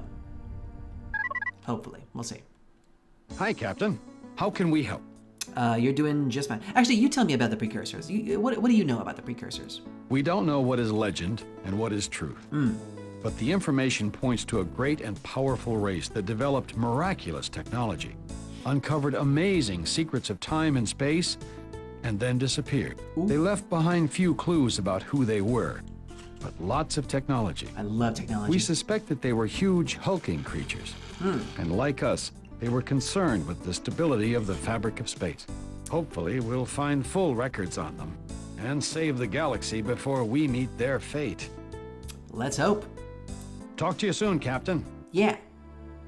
All right, our colony has barely developed here. Well, that makes sense, yeah, because I've put very few points into building, but there'll be time for that. Right now, fuel is our main consideration, because we need to get places. And it looks like I actually have less fuel than when I started. That is unfortunate. Okay, so we're looking for Janus. We're looking for Astarte. We found Astarte before. There's Arcadia. Astarte was not too far along in the vertical space. We'll find it eventually. It was in the red zone before. So we could take a one-way trip to one of these other places, but then we'd be stuck there for until... Ooh, Fomalhaut. I know Fomalhaut is good. Yes, Fomalhaut is also one of the places we need to go. I'm kind of hoping that we will wait until we can make a return trip, just so that we're safe. Oh, Astarte has a return. Okay, let's go to Astarte. Who shall we meet here?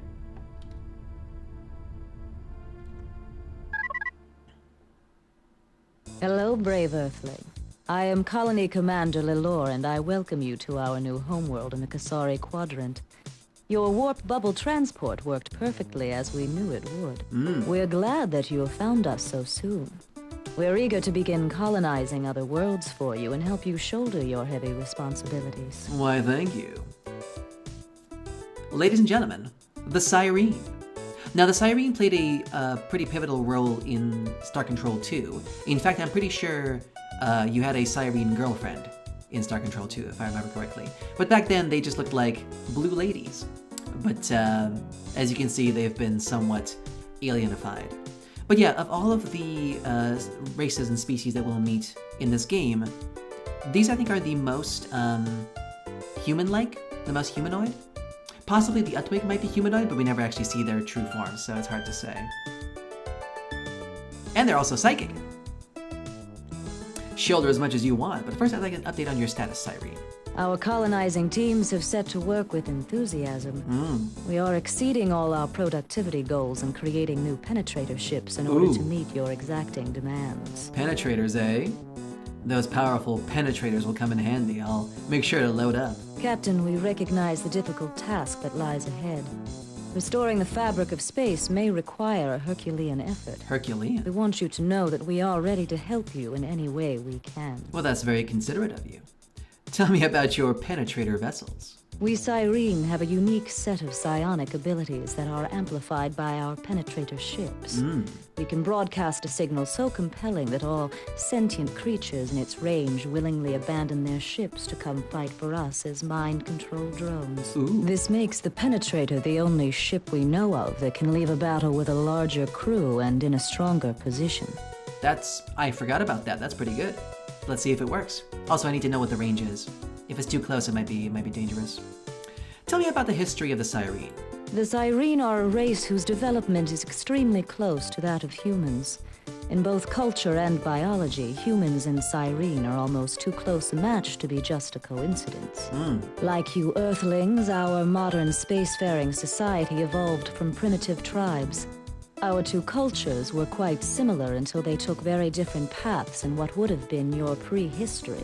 Our world continued to enjoy the differences between the genders, while your world used gender as a basis for a political dominance structure which pervaded almost all of your Earth cultures until the early 21st century. It's true. It's true. Uncanny Valley all over the place? That's what I'm saying. Yeah. It's because it's puppets. Yeah. At least in SC2 the range wasn't all that long. Yeah, StarCraft 2 was dope. Fuck the range, cucks and Zerg rushers. So how did your world develop differently? When Earth males discovered that they too had a role in the sacred process of creating children, they responded with a jealous need to imprison Earth females and hold them as property. On Syra, males and females continued to develop as equals, most likely due to the stabilizing influence of peaceful agricultural people. I see. So what happened? Syra was our paradise, Captain. Our worlds were very much the same, at least up to the point that you began encasing yours in concrete and plastic. Like your Earth, Syra was a world of rare beauty, variety, and abundance of life. I say was, because it was abruptly torn apart, killing most of my people. We thought it was an asteroid that struck our world. We survived the massive impact, but our world was soon torn apart in a cataclysm of earthquakes and volcanoes. Like the dinosaurs! Only our orbiting space patrol survived. Oh, damn. Fewer than 10,000 females and only 500 males. Oh, no! Wow, I mean, how tragic! Quite so.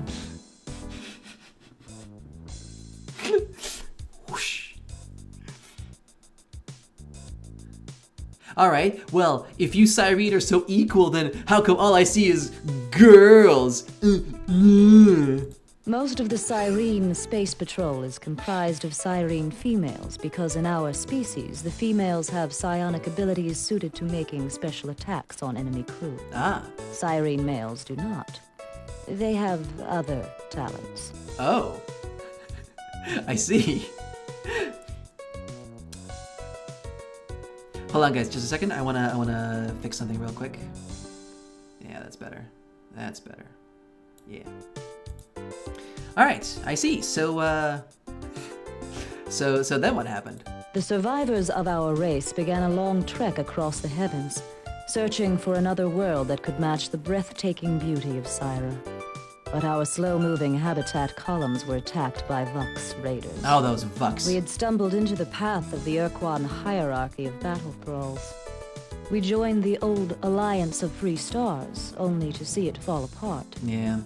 The Earthlings, who were the newest members of the Alliance, were defeated and placed under an Urquan slave shield. That did happen. The Araloo disappeared, and other free races retreated to their homeworlds. We had no choice but to surrender and be slave-shielded. Very family-friendly game. I bet kids receive their most joys from these portraits. I am not going to lie. When I was a child, some of these did legitimately give me nightmares. There's going to be some really freaky shit moving. Yeah. We're going to see some very, you're going to see some serious shit. Wait. Yeah, getting slave-shielded requires a planet. Where did you get a planet to be slave-shielded on? Ironically, our enemies were our salvation. Oh. The Urquan searched their extensive star charts and found a perfect planet for us. I see. Though many benighted souls confuse the Kazerza Urquan with the genocidal Urquan Korra, the green Urquan were not out to kill everyone. That's true. They just wanted to make sure that no race could pose a threat against them. That's what it was. Right, yeah. They didn't want to kill everyone, but they wanted to make sure that nobody could kill them, so that's why they contained everyone. Right. The Korra, on the other hand, were just straight up murder. All right, what happened? We settled our new planet and began rebuilding our shattered population. Though we hated our loss of freedom, we loved our beautiful planet Gaia. But then you came along. You tried to get us to rebel against the Urquan.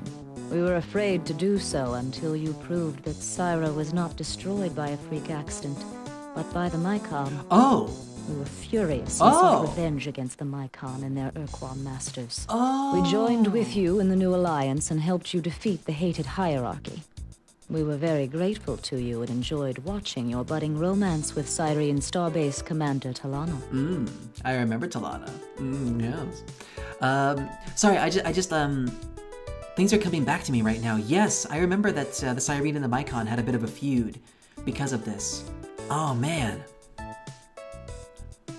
The Mycon, by the way, are one of my favorite races. I'm going to be saying that a lot. Like, a lot of these are my favorite races, but when we meet the Mycon, oh, baby. All right, then what happened? Though we were eager to get back to our paradise on Gaia, we knew that only a strong alliance would fend off future dictators seeking to control the stars. So when hyperspace travel collapsed, we were among the first to volunteer to join your mission. And here we are. Nice. Well, thank you for being here. I love this jam, man. I love this song. I hear the Mycon are pretty fun guys. Hey, he gets it. Sorry, they get it. My apologies. Tell me about the precursors. We have heard many legends about the precursors, but we do not know how to filter the lore from the lies. If a race as great as the precursors still exists in known space, they do an incredible job of hiding the psychic residue of their vast intellects. Right. Because you would be able to trace that. A mystery. All right, keep up the good work, Cyrene. Until next time, Captain. It's a bit weird to be calling these people by their, species name. Like, she gave us her name. Like, we know what her name is, but okay, go off, Queen. All right, so we actually have two nice planets over here. One with 14,000, and then the moon has 18,000 resources. The question is, who can live there? Basically nobody. Except the Chimera. Okay. Good to keep that here. And what about here? Can anyone live here? Anomalies? No. Some people, the Pakunk can live here. Okay, so if we put some Pakunk here, then they can build a colony. Or the Urquan. Okay. Pakunk, Urquan. Gotcha. Alright.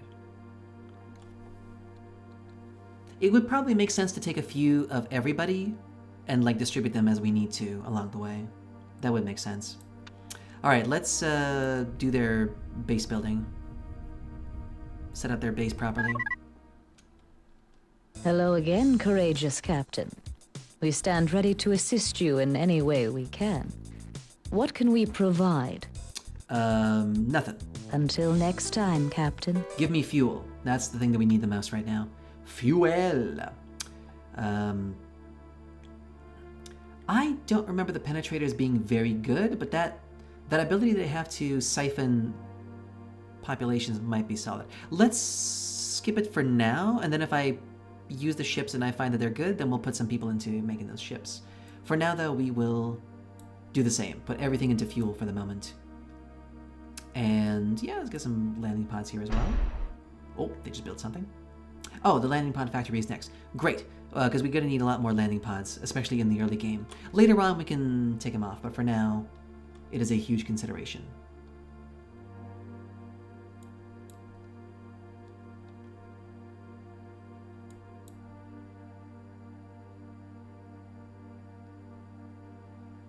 If you got the skills, the penetrator is decent, but takes getting used to.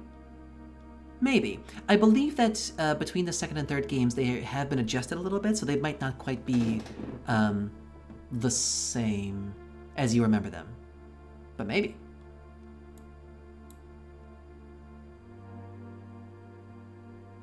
Okay, let's put a bit more into building. I want to see those resources be drained. There we go. Okay, so now it should be.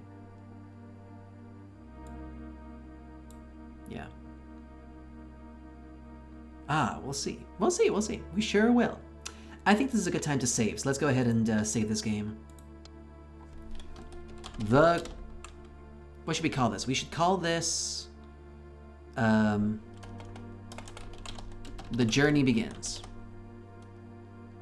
The captain puts his hat on. There we go. The captain puts his hat on. Oh, captain, my captain. All right. We got about an hour and a half. Okay, we got quite a fleet over here. Nothing to do here anymore, so let's go ahead and see where we can go and what we can see. Ooh, we got a lot of fuel all of a sudden. Excellent. So now there's Astarte, very good. So we're looking for Janus, and we're looking for Arcadia. Where is Janus? Janus should be like somewhere low here, I think, right?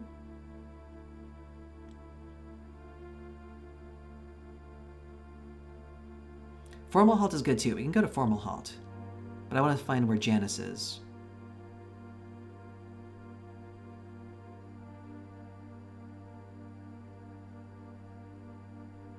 Where is Janus? Oh. Thank you, Icon.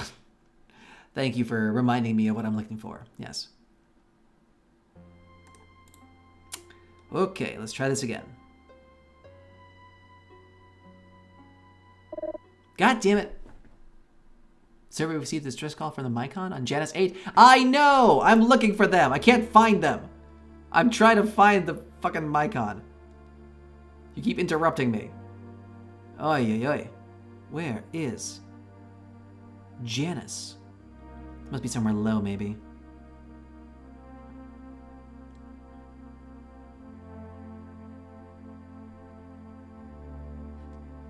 Day 31. I still can't find Janus. It's been 31 days, guys. It's been a whole month. And I've barely even begun to make the pleasantries. We gotta get a move on is what we gotta do. Oh, there's Janus. Okay, but it's a one-way trip. Should I take that risk? I could just sit here and wait until I have enough fuel to go. Let's see. It's pretty close. We're pretty close to being able to make it back. So, we'll take it. Oh. Let's talk to these guys. A cold rock spinning silently in the void. Yes! A womb for the deep children. Your arrival is appropriate. Acceptable new worlds are a priority for the rapid and complete spread of Juffawup. Juffawup! We aid Juffawup by bringing forth the deep children. Juffawup! I fucking love the Mycon so much. Oh, yes, I love to spread Juffle Whoop. Oh. That's good. Can I get an update on your status, Mycon? I am Asho. I am the purity monitor. I choose what buds are permitted to mature and which must be eradicated. I died of a faulty energy filtration system 62,443 years ago. You died? Well, isn't that fascinating? But I meant an update on your colonies. Actually, I want to learn about that. You died? I root deep in the soil. Okay. My deep children will be well nurtured. More pod ships will grow. The cycle continues. So progresses Juffawup. It's Juffawup. My mistake. I apologize. It's Juffawup. Guys, it's Juffawup. Sorry, it's obviously. I'll take that as a positive assessment. We look to Juffawup for direction. Rightly so. All right, I have some questions. We are the Mycon. We respond. They are the Mycon. They respond. So the Mycon are a fungal species. That's maybe why they're a little bit weird. And also, I guess that's why they're dead? Or, I don't know. Yeah. Maybe the word death means something different in their language. I don't know. Tell me about your pod... Actually, I know about their pod ships already, but yeah, let's hear about the pod ships. The pod ships thrum with the plasma containment field, whose offspring seek to transform the non to void. The fields grow tighter, and tighter the bass rumble of the generators rising, gradually to a high burning scream. Sudden silence and a flash of light announce, release. The hot pulsing subsides slowly. Reminds me of when I was checking Pornhub last night. Ooh! I have more questions. We are the Mycon. We respond. If I remember correctly, the Mycon ship is one of the few ships that doesn't have a secondary fire. All they have is the first primary fire, but it's very good. It's like a really, really long-range homing missile that they shoot. So they're pretty good ships. They're pretty good ships. Tell me about the Mycon race. Mycon are keepers of the deep children. Deep children. Mycon spread Juffawup. Juffawup acknowledges the existence of unvoidable non. When we are faced with such, we join, absorb, and wait for our opportunity to learn the weakness that will allow us to void the non. I think they mean like digestion. I think that's what... Yeah, I think what they mean by like voiding the non is like when they absorb stuff. Like absorb the dead card. Yeah, I don't know. I'm guessing. I'm super guessing here. Tell us about your origins. Our bodies seethe with the passion of our genes. 1,000 of your species do not possess the richness in one of my cells. Well, that's rude. I fill with my parents. I am they. They are us, then and now. Cool. I don't think it's ever explained what Juffawup is. It's obvious. It's Juffawup. What the fuck, dude? Jeez. Doesn't need explaining. It's Juffawup. Tell us about the Deep Children. The Deep Children are part of Juffawup. That's great. Home builders. The dwellers in the Mohorovichik. What? I have chosen my offspring's memories carefully from my set of remembrances. The sweet and warm times of my existence and those of my parents' parents. The bits of 1,000,000 lifetimes coalesced into a birth gift of complete awareness. The deep children fall from the void, gathering speed for the penetration. The tough casing warms as it passes through the atmosphere. Glowing white as it hits the surface, solid rock flows like liquid, and the child slips into the warm, safe depths beneath the crust. Oh, wait. Are they like the colony pods or something? Is that what they mean? The Deep Children. Oh, maybe that's like one of the asteroids that destroyed the Cyrene homeworld. Maybe it was a Deep Child. Ooh. Tell us about this, Jufflewup. When Jufflewup is complete, when at last there is no void or none, when the creators return... The creators? Then we can finally rest. That is indeed correct. Ooh, creators. What creators? We look to Jufflewup for direction, and it provides the pattern, endless expansion with purity of achievement and intolerance of error. Look. Think. Act. Look. Learn. Remember. Teach. Look. Think. Well, that word is no longer politically correct. So I'm going to ask a different question. We are the Mycon.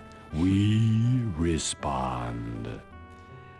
So what do you know about the precursors? We look to Jufflewup for direction, and it provides the pattern, endless expansion. That's the same thing. He's saying the same purity. Thing. Okay, you asked to word it out there for a minute. We look to Jufflewup for direction. We are the Mycon. We respond. Okay, well, it was nice talking to you. Bye. The Deep Children, spears of light in the darkness. Their discarded husks speak of joy to come. Cool. Well, there are our lovely Mycon ships, one of which is apparently half... Huh, weird. Let's go ahead and fill that up. Oh, we don't have the population for it? Wait, are there no people on the colony? There's 200 people, so we can definitely offload, right? Oh, there we go, okay. Oh, no, this one, oh, its max capacity is 10. That's interesting. Why are there different capacities for populations? That's so weird. Huh. Well, let's take a few... Oh, there we go. Oh, because we had nothing to work with. Okay. Let's take... Oh, boy. Let's take like 50 Mycon. Yeah. And then we'll have a colony to build, because these guys make good ships. They make good ships. Good ships. In fact, we definitely want lots of Mycon ships. Lots of fuel, please.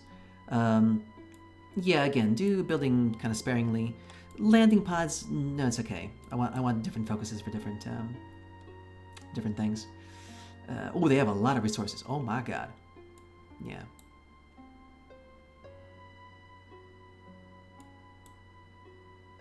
Gotta find that perfect sweet spot where it's diminishing, but not so slowly, not so quickly. That'll do. That'll do. Great. Good start here. Let's go ahead and... oh, there's an anomaly there as well. Anywhere else? Let me just check the resources here. Not a lot. We're looking for something... Yeah, we're like at least 10,000, I think. Any less than that is kind of a waste. Ooh. We can check out that moon a little bit later. But first, let's go see what's up. Who is threatening our lovely spreaders of Jufflewup? Dak-tack lackback 5576 squared. Dak-tack lackback 888 warning.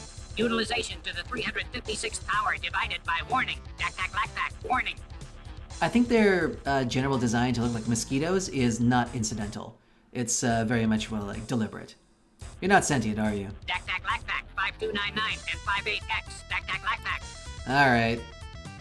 Inversion 982 torque. Dak-tack lackback. So yeah, there's no communicating with them at this time. Alright, let's kill this ship and let's... Oh! Shit! That was my chance, and I blew it.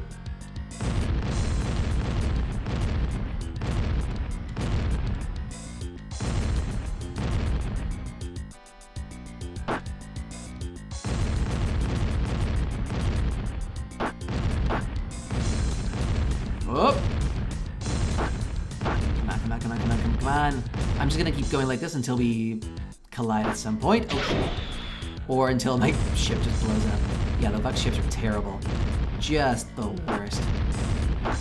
And sadly, this is not the kind of game where we can ever do upgrades of any kind, so this is as good as it gets. In Star Control 2, you could upgrade your precursor ship modularly, but yeah, that's not a thing in this game. Damn it! Dude's about to fucking die. Can I at least, like, land a shot? Can I please? Ugh! Damn it. Alright, let's see if we can do a slingshot maneuver. Oh! Oh, god damn it! Bad angle. I actually didn't know that about the S word. Had to look into it now that I've used it anyway. I mean, it's some people think it's offensive, so I'm gonna err on the side of caution. Alright, let's check out these penetrators. Well, that's a great shot right there. And there's the siren call. Gotcha. Well, they're very maneuverable. Shit. I need to get closer. Let's see what the range of the siren call is. I don't think that worked. Let me try again. Did that work? I don't think it did. Okay, the range in the... Oh, god damn it. The range in the attack is good, but it's hard to land a shot. I don't know if I'm going to be using these ships, to be honest. Plus, the siren call doesn't seem to be working at all.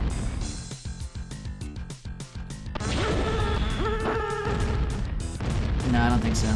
Unless... maybe real close? Ah, okay. Well, the Mosquito ship is not good to get close to because they will suck us dry if that's the case.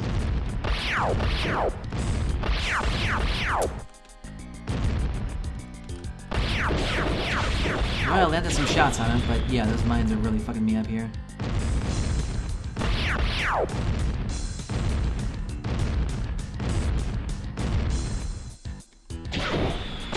Damn it.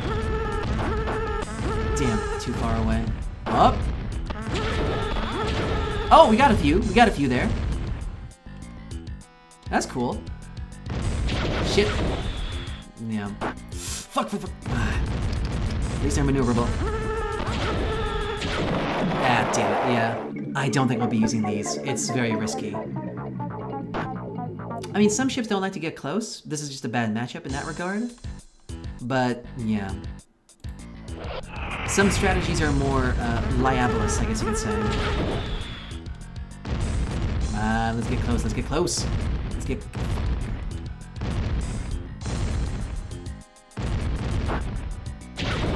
Shit! Damn it. I don't want to be chasing it. I don't want to be chasing it! Damn it. I just took those hits for no reason. I took a few. Oh, I'm guessing... Oh, wait, can I? These? Shit! Those green dots! I want those green dots! Okay, so... I am not able to take the last crew member. The last crew member... Yeah. The last crew member can't leave the ship, otherwise there's no ship. That makes sense. So even that's kind of bad, actually. Damn it! I have to land the last shot, so I could actually lose more crew members in the pursuit. Yeah. They're really not the greatest, it's true. It's true. Damn it! God damn it! I swear I landed a shot! Oh my god. It is so tough to land a shot straight in. I was about to flip my lid. Hell, these are better than the Vux ships. But that's, you know, a low bar. Alright, I think we're done here. There's nothing else to do. We've set the colony. Oh, right, there was a moon or something that we could... Yeah, right here, let's check it out. Let's check out who likes this planet or moon. Oh, this could be good for humans, actually. Yeah, let's set some humans down here. I like that. Let's set some Hunams. About 50 humans ought to do it. Yeah. And no resources. You mind your own shit. Yeah. Star bases, fuel, no need for landing pods. Actually, I'm trying to remember what our human ships were like. They're okay, but their missiles are a little wonky. Okay, no need for bases. Give me pods instead. Yeah.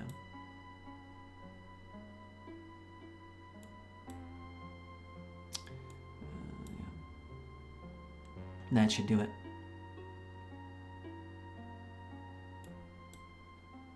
Okay, you know what? Full building. Just make me a full colony here. Yeah. The problem is we only have one pod left, so I have to be careful. Because it takes one pod to uncover an anomaly as well. I have to be careful about that. Alright, we found the Mycon. And now it seems like most of the galaxy is available to us. Alright, so we're still looking for Arcadia, which we saw before. We found the Starte and Fomalhaut. So we're looking for Arcadia and Fomalhaut. Fomalhaut I think is closer. It's like somewhere down here, if I remember correctly.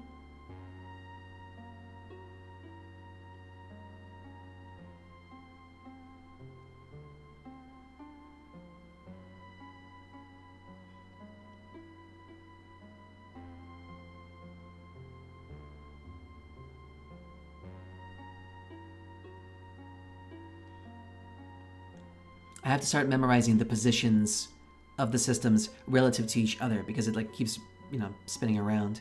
Maybe I can pick like one specific position from which I can just learn all the locations.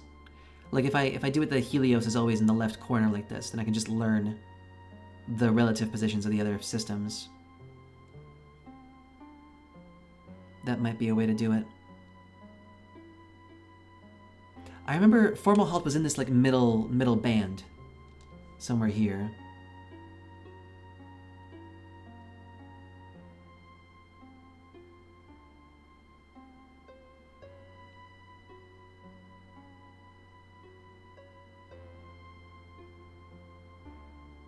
Morpheus. Oh, Fomalhaut is there. Well, I'm pretty sure we'll be able to make it, so yeah. We'll get some fuel on the way there. Alright, let's see who's going to show up this time. It is the legendary Earth Captain. A grand celebration is in order.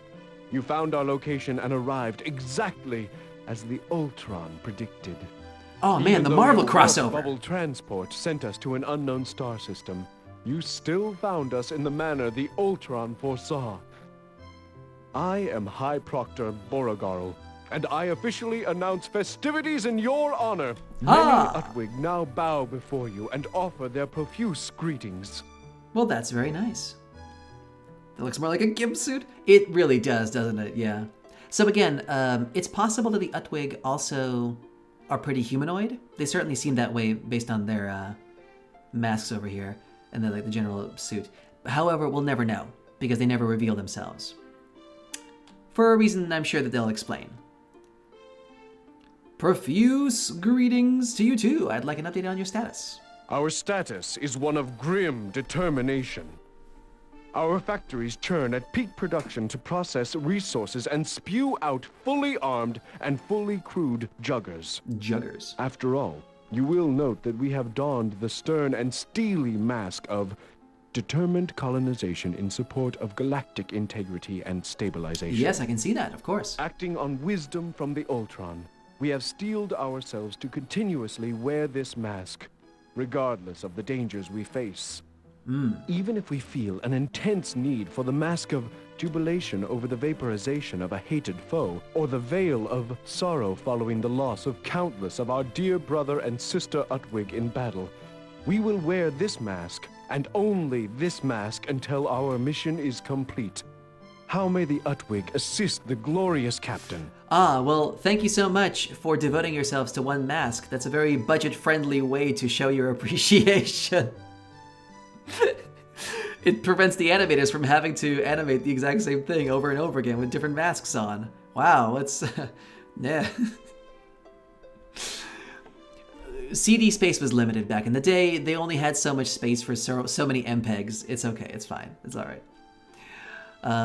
If I remember correctly, the Utwig Jugger is also not very good because it's also like very short range. Yeah. It's very convenient, isn't it? Yeah. Tell me about the history of the Udwig. Gladly. Were it not for the gravity of our mission, I would don the mask of ineffable pride and glee over the recitation of the miraculous yet utterly factual history of the Udwig, abridged. The Udwig story begins with the early Udwig, who cavorted about our world of Foz, completely oblivious to any sort of higher purpose. We took everything at face value.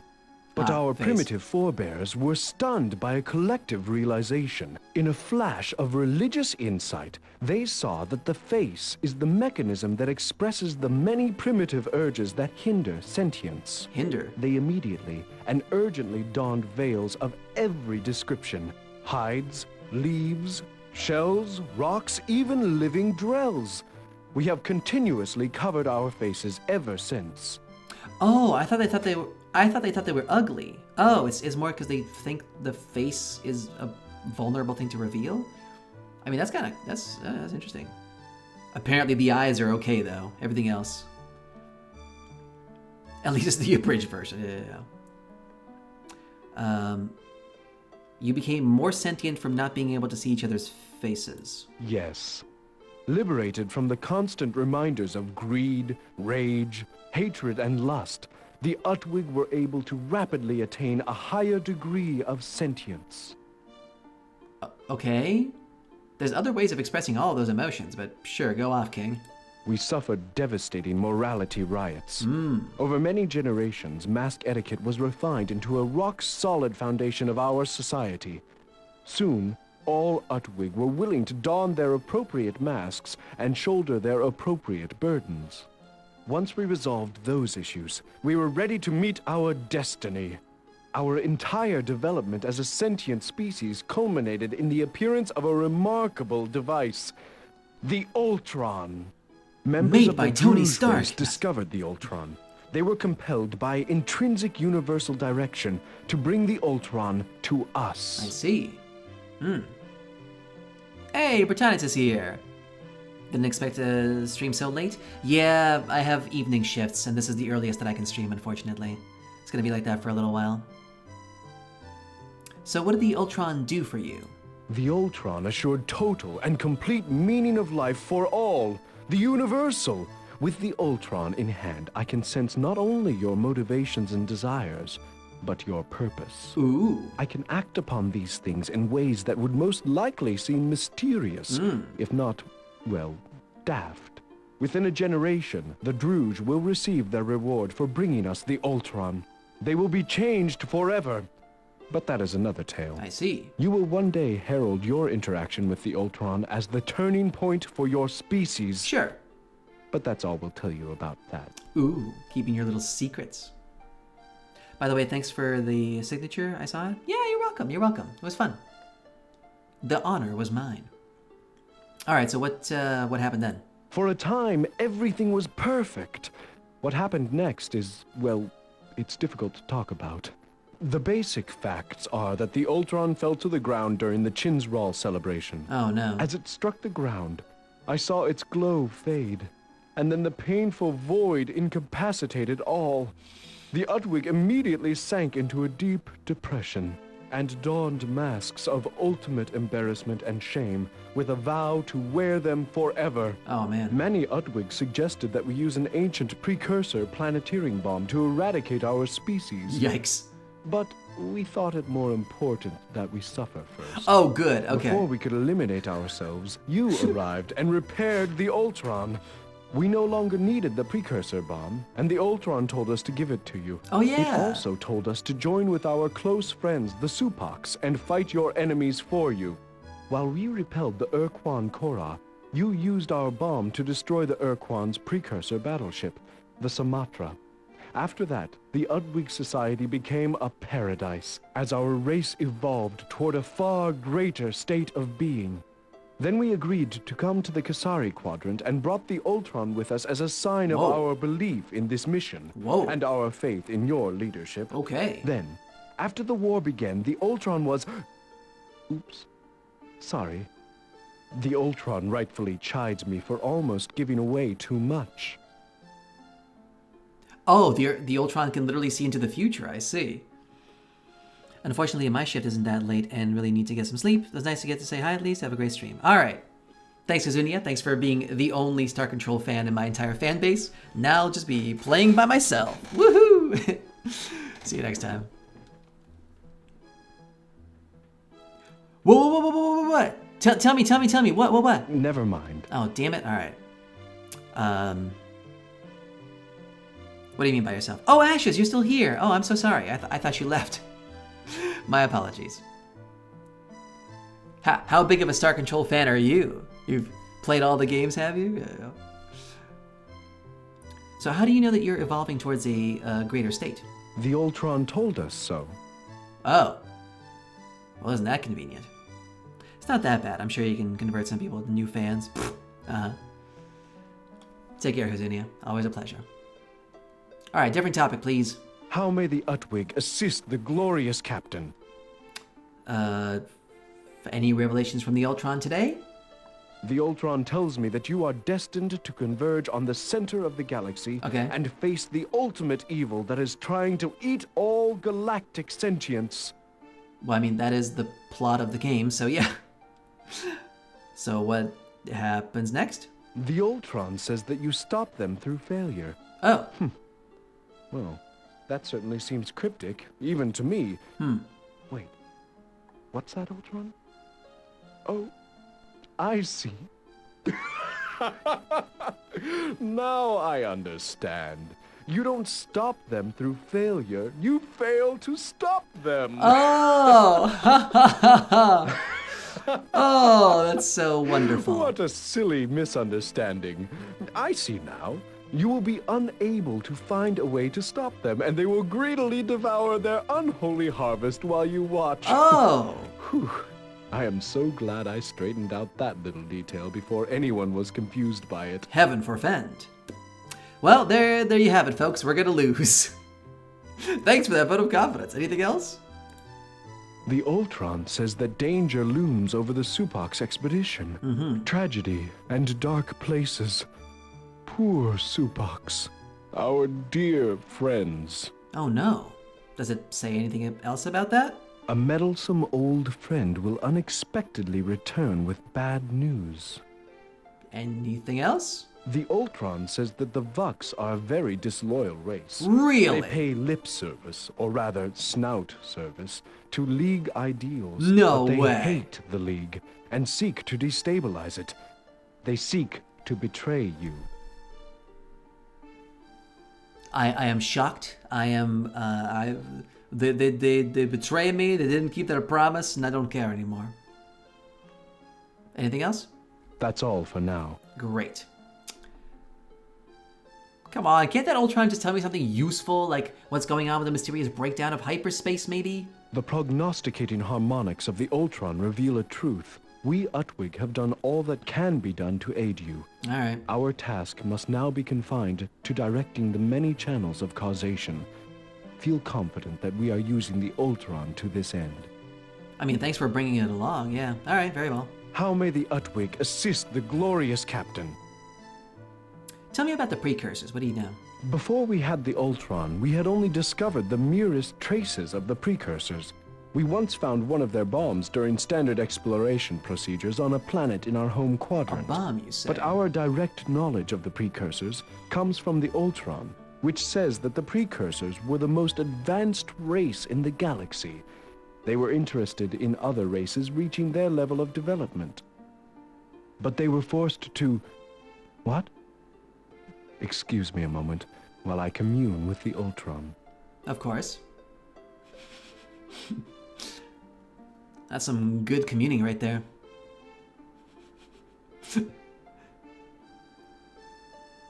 I thought I could reveal that. Cud? I'm sorry, but the Ultron says you'll find out soon enough.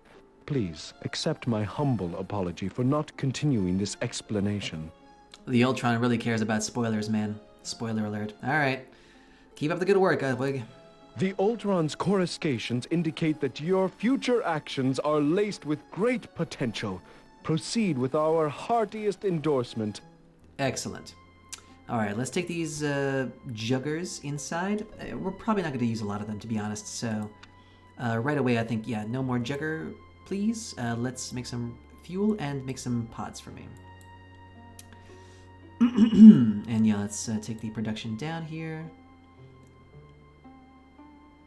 Okay, and let's refine more than we mine.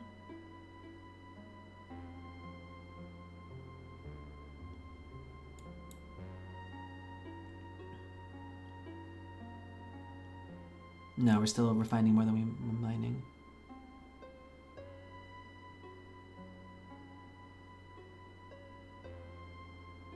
Okay. That seems to be a pretty steady increase. Actually, let's do a little bit more.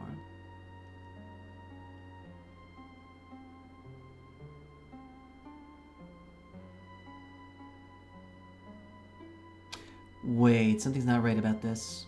What am I doing wrong? I guess I'll put more into building. I think I may have misunderstood these numbers here.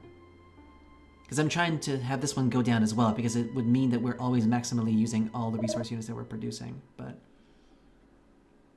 The Mycon sent another distress signal again? Okay, I was just there, but we can come back and visit them, sure.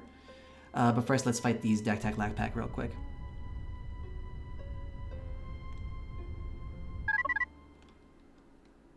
Dak-Tak-Lak-Pack. Dak-Tak-Lak. Inversion 9. Let's try out these juggers, actually. I'm curious what they do. That's a pretty good forward cannon, actually. Oh, they're trying to suck us, yeah? Their mistake. I should learn what that shield does. Okay. Oh, there's an anomaly here. That's what's up. Oh boy, no one's gonna like this one, but okay, let's put our Mycon dudes here, because they actually, like, are at least, yeah, at least they can sort of.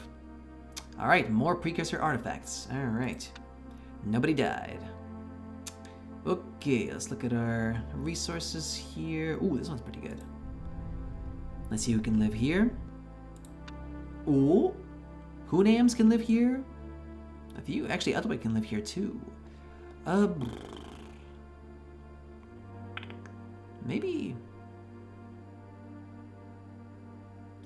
Maybe I should do that. Yeah, you know what? No, we don't have any landing pods, unfortunately. Okay. That's enough colonization for now. But there's a lot of good stuff here. There's a lot of good... Oh, okay. Well, sort of okay planets for Hunams. Okay. We'll have to come back to Formal Halt and colonize all this stuff later.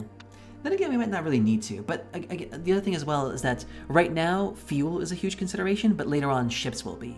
Because we'll definitely need to burn a lot of fleet to kill everything we need to kill. So more colonies in general is good as well for ship production, as well as for fuel production. But let's go now to also one of my favorite species. I think I know which ones these guys are. Let's say hello.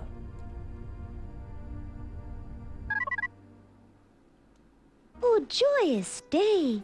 The Earthling friend is once again in our midst. Greetings and various apropos felicitations, Captain. Felicitations. Welcome to the Kasari Quadrant, home of the gentle and playful Pakunk. Children of the cosmic light, hobgoblins of joy. Oh God. Seekers of spiritual truth, and other neat stuff like that. I am Thesser, eldest soul among the Pakunk colonists. Eldest? I'll be your spiritual advisor for this mission. Auspicious portents and serendipitous omens have foretold your arrival. That, and you told us you would be stopping by to check in on us after we took our magic carpet ride to the Kasari Quadrant on your Warp Bubble Express. And here you are, like the ripple bird that scatters its eggs to other nests and then jealously snatches them all back. You've tossed the League ships to the cosmic winds and then come back to redeem us. That was a weird metaphor, but okay. Sorry, simile. I love the Pakunk. They're great. But yeah, Hobgoblins of Joy. What a great moniker. I love that. That's great. Give me an update on your status, Fezzer. Our status is joy. Mm. Sheer joy for all. Hobgoblin joy. Share our joy. Ooh. Share our love. Are we not, Pakunk? Yes, I said we were, and so we are. I must laugh and sing for the sheer joy of it. This is our way. Sounds joyous. That's wonderful, but I need to know how your colony is progressing. Our colony is rising and advancing as an entire loving group through many cycles of sweet surrender to both our base urges and our highest spiritual longings. Nice. We dream and trance together, that all our spirits may rise as one big soul with smooth edges and no lumps. I hate edges. I like the definitely not traitorous ones best so far. Oh, you mean the Vux? Yeah. I bet they have a guy named Dax, you know? There was a guy named Dox. I'm sure they have a guy named Dax as well. The Vux are your favorites.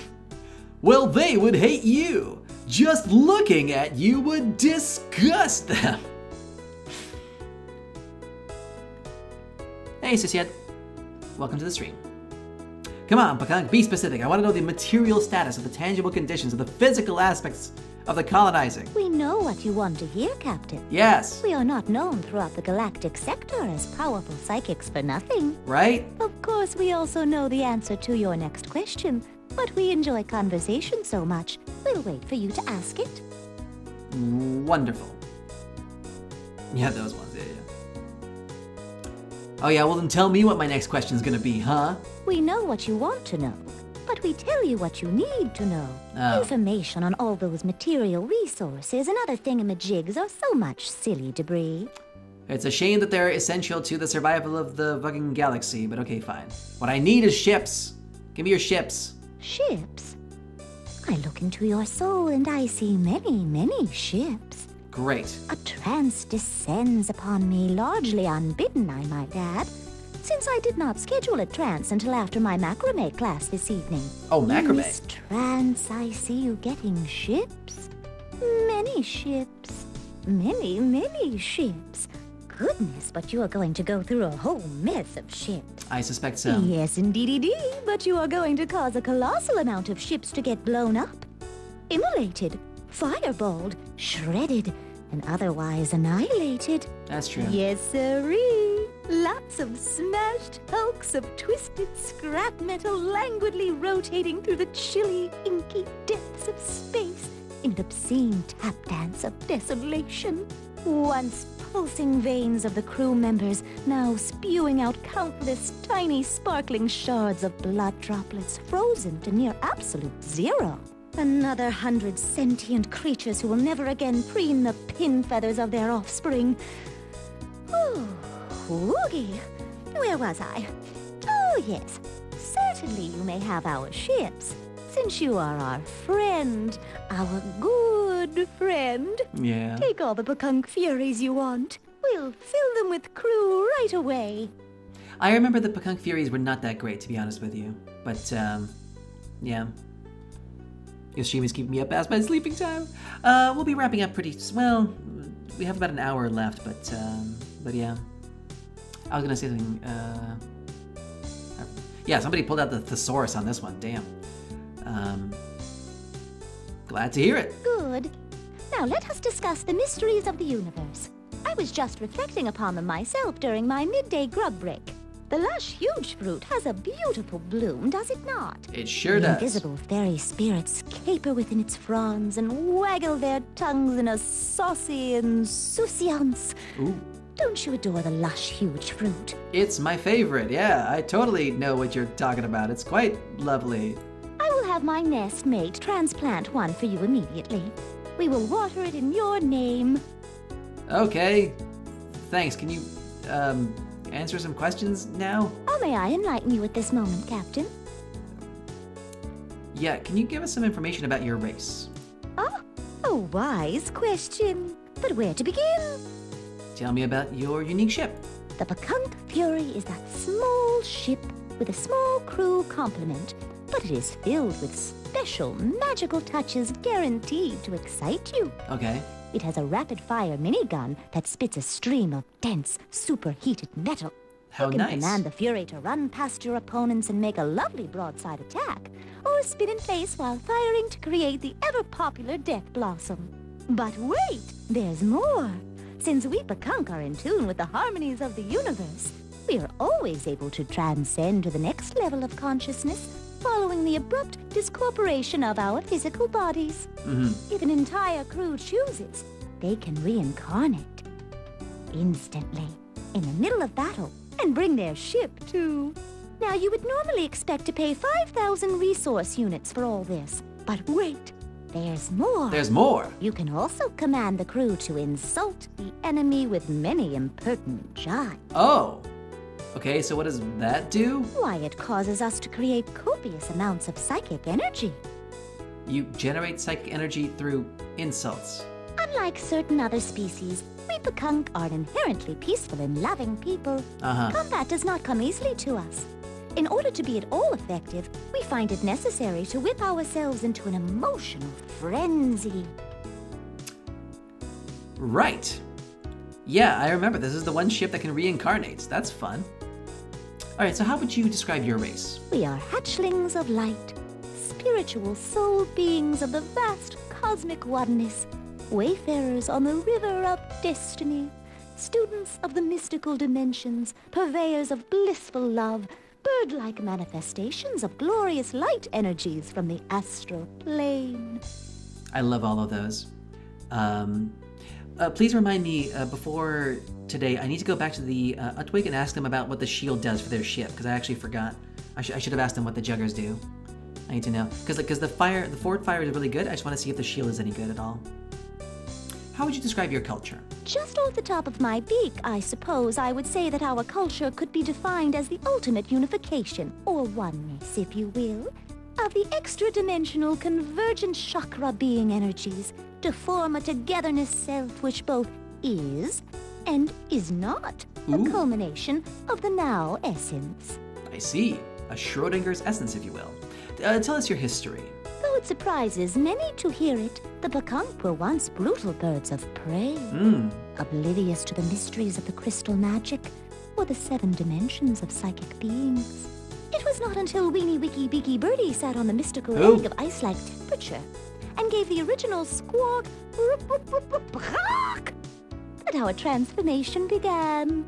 It triggered the harmonic oscillations that would lead us to become the enlightened avians that we are. But alas, not all our race saw the light. Okay, why not? Some of us were not ready for such revelations and refused to hear the calling in their souls. And so, the Pakunk and the Yeehot divided into 2 separate people. Oh. We loved our crappy and violent Yeehot brothers and sisters, whereas they would open fire on our vessels on sight. Fortunately, our psychic abilities allowed us to sense the deep, abiding love and, yes, even shyness in our Yeehot brothers and sisters. Ah, yes, so shyness. we never gave up on them. Even when, in a moment of spiritual impoverishment, the Yeehat Vipneep Queen joined forces with the Urquan hierarchy. But many of her people would not follow that path. And then you fomented revolution within the Yeehot. Oh. Well, I'm glad I did that then. What happened then? A light dawned in the barren landscape of their souls. Warring had made them blind to the powers of divination and crystal magic. Crystals. In the midst of a fierce battle between Pakunk and Yeehot vessels, the Yeehot captain Yagwo remarked that the brave Pakunk captain facing him reminded him of a long-lost birdling. Aww. After a brief period of reacquaintance, they saw the error in their ways and welcomed us with wings outstretched, beaks stuffed with grubs. Now we are as one. Oh. The noble Pakunk have conjoined with their long-lost Yeehot sisters and brothers. And then our reunited race rushed to the Sumatra battleship to help you fight your way through the enemy ships and win the day. Isn't it splendid? It's exactly as our vision said it would be. Great. I did not know that, actually, yeah. I guess that must have happened in Star Control too, but I forgot. Damn. We better not tell Gwyneth Paltrow about these people. They will just completely empty the entire goop shop. Is it true that you can really see into the future? Why, yes, we... Wait. Oh. A vision comes to me. A shining light. A crack in the egg. Egg. A swirling vortex. Okay. A tunnel. I see my past lives. Oh. Your past lives. Cool. More shining light. Oh, Uh-huh. there it is now. The future. And? It's coming in clearer. Yes, I see the fabric of space tearing open. The universe bleeds as something wicked approaches.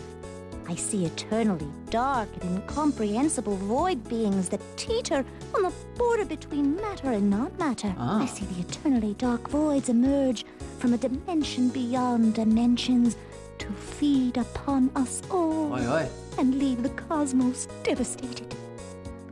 I see you standing at the hub of an endlessly revolving wheel of light. A wheel of light. Each light is a star. I see you shake your infinitesimally tiny fist at the eternally dark voids. I see you employ many gadgets of ancient origin to forestall or avert the unholy feast. And then, excuse me, the vision occludes, and then, It's not boding well for us. The two species that could look into the future are not hedging their bets on us. Can you see what happens then? And then the eternally dark voids suck up the psychic energy and leave satiated, remarking to one another about the particularly savory and piquant bouquet of the local sentience. Are you sure? Okay, but that's like a possible future, right? No, the vision is correct. Spot on accurate. Mm-hmm. Also, you will get a race of machines at extra special feeling, if you know what I mean. I don't. And your lucky number is 23. Oh. Well, thanks, fortune cookie lady. All right, bye. Well then. It's not looking good for us, folks. It's not looking good. Spoiler alert. I know what the real answer is. I've played this game before. I know how it ends. But, you know, I'm just keeping the suspense for you guys. Okay, let's go check out this anomaly over here. Oh, wait, actually, you know what? Because we don't have a... Crap, sorry. Captain, I was just thinking of you, and Yeah. I am... That's enough coexisting for one day. Goodbye, Captain. We'll talk to them later. Yeah, let's do the base building while we're here. Yeah, we want pods. I don't think we want ships from them. I remember that their ships are like pretty cool, but their weapons are extremely short range, and so they're limited in what they can do. The Death Blossom is cool, but it's also like not super cost effective, so I don't know. Yeah, fuels are a big consideration for now. But yeah, landing pods would be nice as well, because we want to do a lot of colonization. Yeah. More refining, damn it. Actually, you know what? Fuck it. Let's just split it evenly.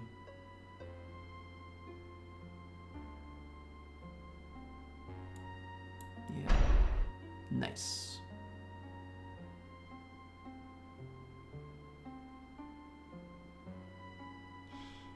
That'll do for now.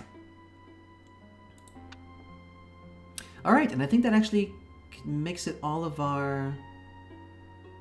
Right, so the Mycon want us to come back because they have an issue of some kind. Oh, what's up?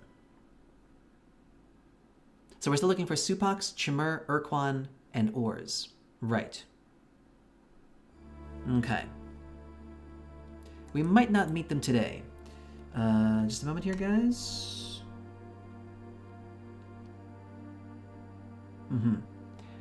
Okay, let's go back to the Fomalhaut. I want to talk to the Utwig one more time, just real quick. I want to ask them about the shields of their ships, because they might be worthwhile. Let's have a look here. Because I do like the forward attack. How may the Utwig assist the glorious captain? Tell me about the Jugger, please. Like the Utwig species, the Jugger is deceptively powerful. Though Juggers look squat and ponderous, in truth, they are formidable weapons of war. Their miraculous shield can actually absorb power from enemy attacks. Ah. Once the enemy has expended its arsenal in a futile frenzy, the Jugger is charged with energy and ready for a strafing run with its front-mounted cannons. Okay, that actually makes him pretty good. So we blow our load, and then when we're on low on energy, we can turn the shield on and hopefully hit the attacks. Cool, okay. The Ultron's coruscation. In that case, let's go grab some Utwig from the colony and take him with us. Let's take about 50 of them. Yeah. Do at least one more colony somewhere. Oh, is that that many? Okay, let's do 40 of them. Yeah, sure. Wait, we can't take any more? Oh, there we go. Yeah, let's do 50. Okay. Just to have him with us once we start building colonies. It looks like... Oh! We are making landing pods, but apparently not quickly enough.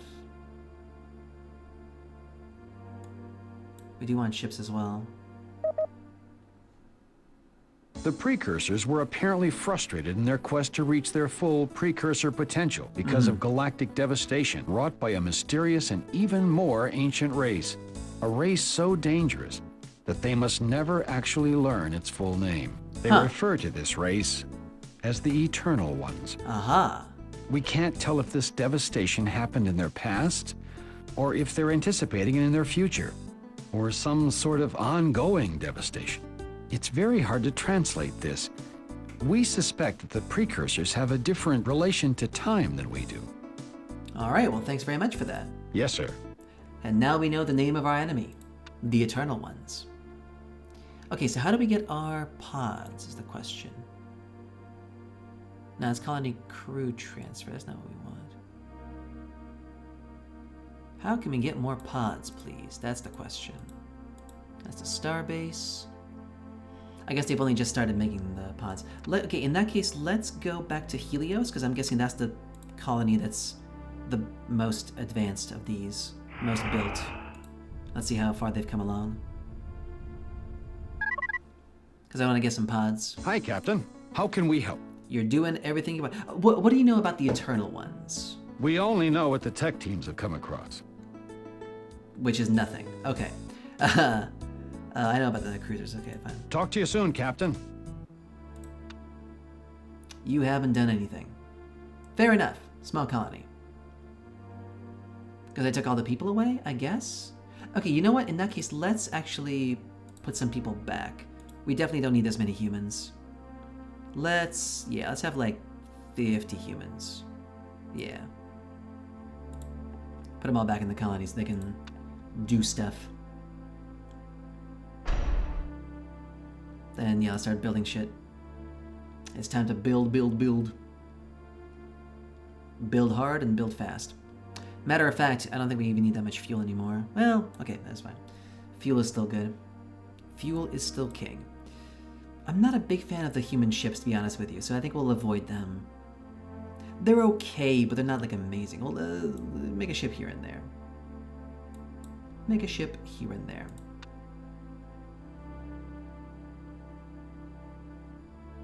I'm actually surprised at how low tech I did put it on low development. All right, let's go meet some folks. While we wait, okay, we're looking for Velpunia, and we're looking for Hypnos, and also Mullifine. Oh, sorry, no, we need to go Nyx. We need to go find Nyx, we need to find Velpunia and Hypnos. Okay, I think I saw Hypnos somewhere in this middle area, if I'm not mistaken.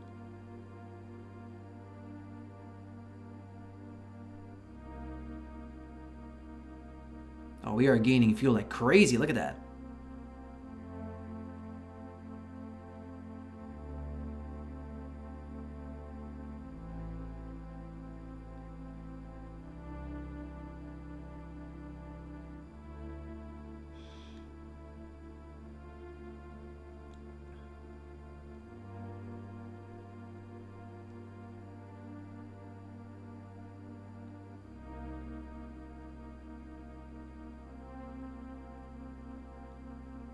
We're going to be doing a lot of this. I forgot how much of this game is just looking at every single star system. There's got to be a way to like look at them all. There's got to be. No, is there not? Oh, this just tells us different aspects of it. Damn. All right. I was hoping there might be a way to just see all the names. Oh. The Mycon are still calling us.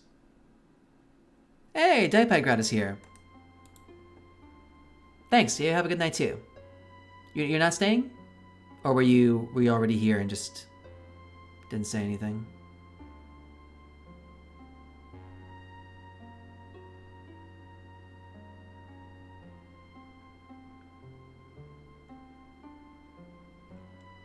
We might not actually have enough time to meet all of the different aliens. I'm really hoping that we meet the Chimur. We're looking for Hypnus. Oh, there it is. Okay. This is one of my favorite species of all time as well. I love these guys. And also these to give me nightmares.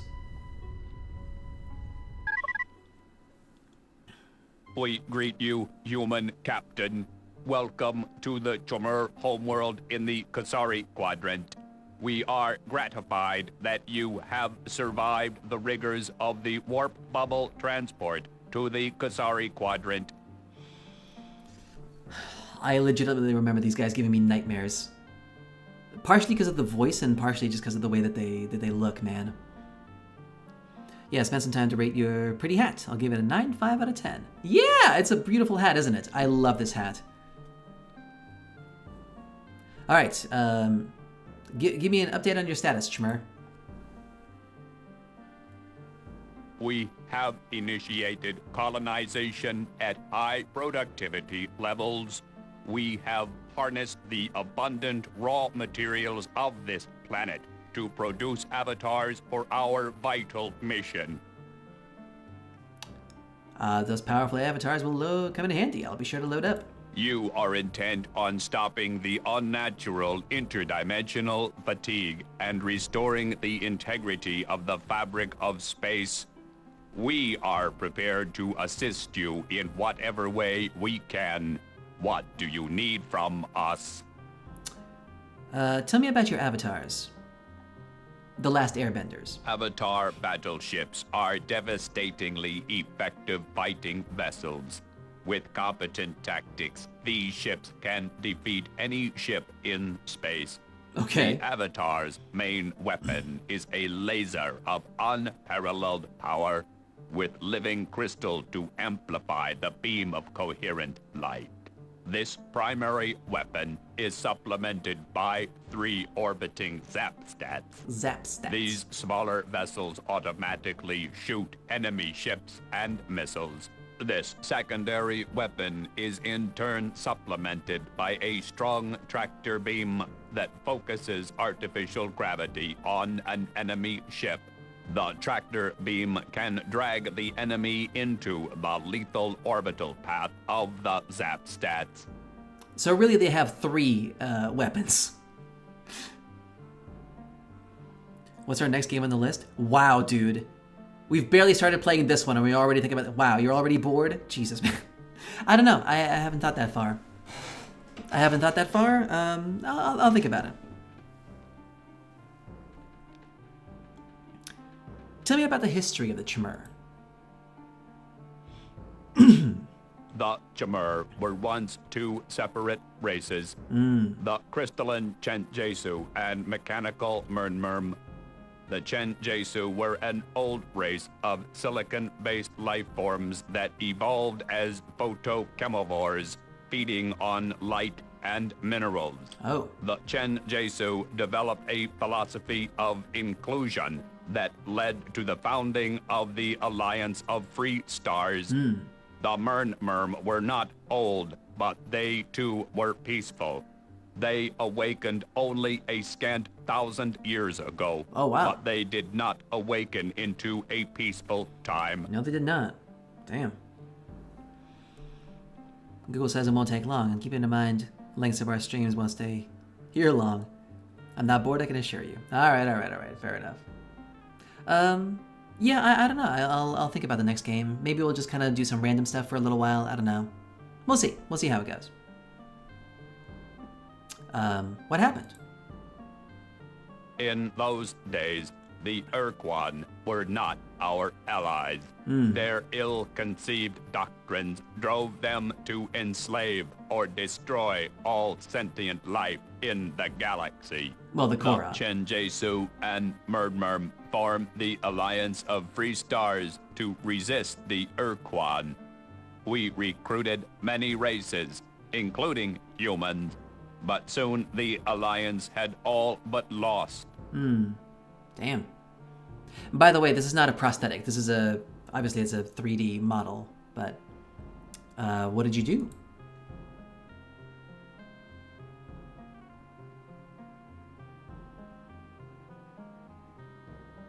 The Chenjesu and Murdmurm retreated from the struggle to undergo hybridization into one race.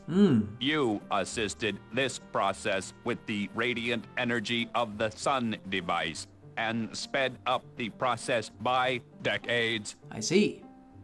Well, I'm glad I did that. We emerged as the Chamur, not two races, but one voice and one body. This process allowed us to enhance your weapons and facilitate the cause of destroying the Urquan battleship, the Samatra. What happened then? The Chamur took responsibility for eliminating the remaining Urquan during the time your escape pod was missing. We freed sentient races from the crimson prisons of slave shields during the time you recovered from your war wounds. We have accepted the Urquan as allies in this mission, but we still watch them closely. Since you are the elected leader of this mission, we defer to your judgment in the Urquan matter. I love how I was elected even though I'm literally the only guy with the only ship that can actually travel between space. Like, they can't not... It's like a Kim Jong-un vote. It's like, yeah, who else are you gonna vote for? Why don't you trust the Urquan? We do not mistake the Urquan surrender for submission. We have studied the Urquan for millennia. Once again, the Urquan struggle with themselves to define their future. Fair enough. Do you have any evidence that the Urquan might not be loyal?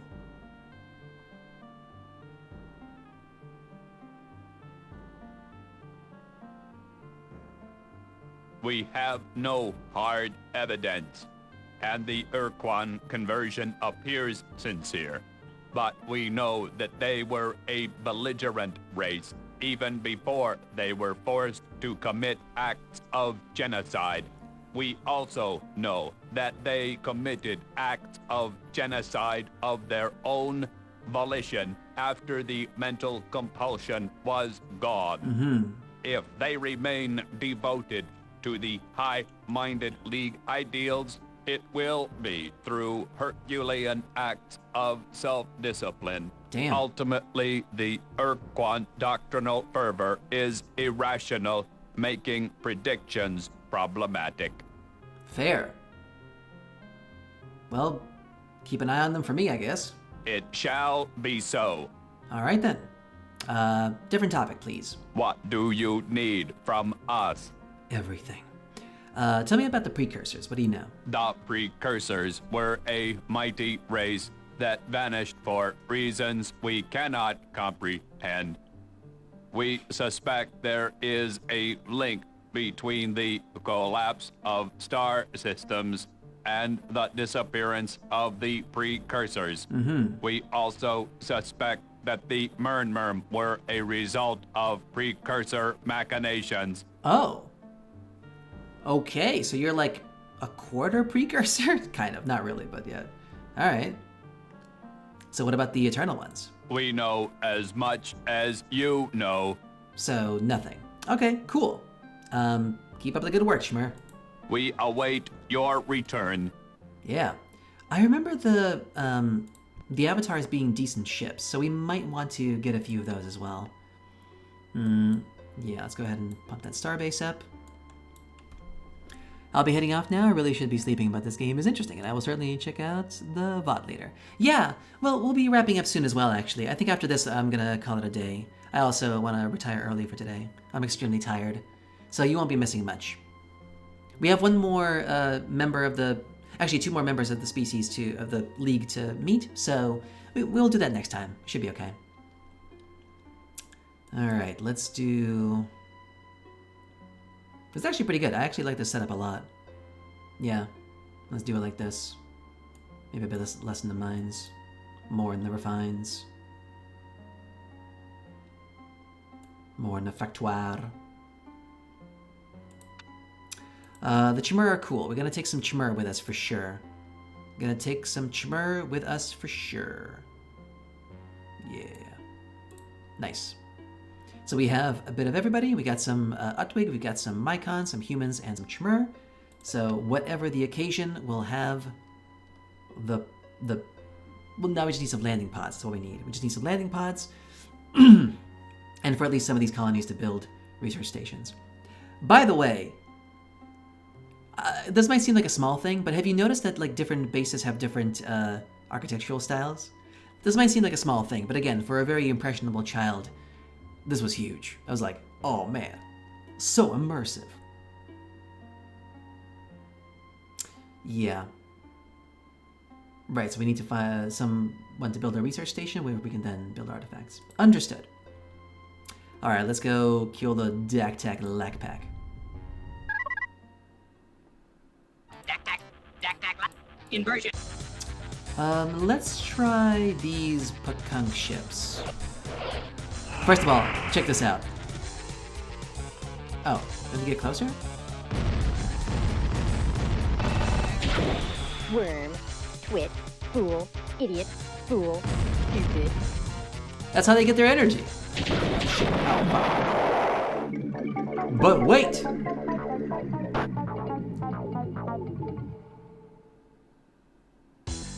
Wait, they're not gonna come back? I thought they would. Okay, never mind. So yeah, here's the Death Blossom that they were talking about before. Oops. Ah, there we go. Oh, there's a chance. I see. There's a chance that they will. I see. Nerd, nitwit, stupid, wimp, idiot, jerk. Alright, let's see if we can land even a little bit of damage on him. Oh, I got some off. Oh! We come back again! I see. We just keep coming back for more. I think we're dead now. Yeah, so, like, it's cool that they can come back, but it's, like, it's a chance, and meanwhile they're extremely unreliable. I don't know. Oh, shit! Wow. Just got sucked off. So yeah, I don't think we'll be making Pakunk ships anymore. Not worth it. Let's check out the, well, I know the Spathi ships are good. I want to see what the Chimera ships are. They any good actually? How are they going to use them? Because, like, in theory, they're pretty strong. That tractor beam. That's actually one great thing about the tractor beam, is if you plan it right, you can actually force the enemy ship to go into a planet.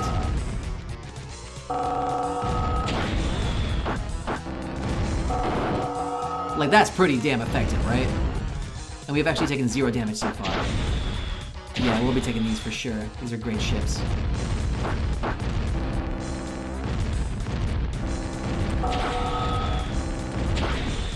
Hyper speed! Woo! Woo! We just sent that ship into hyperspace.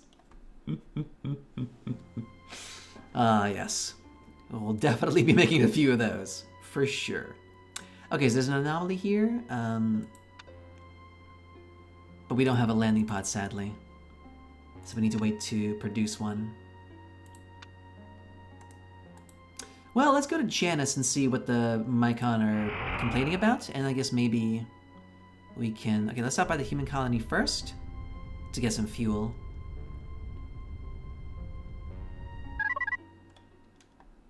We recommend that you consult with the Earthling homeworld on Helios 3.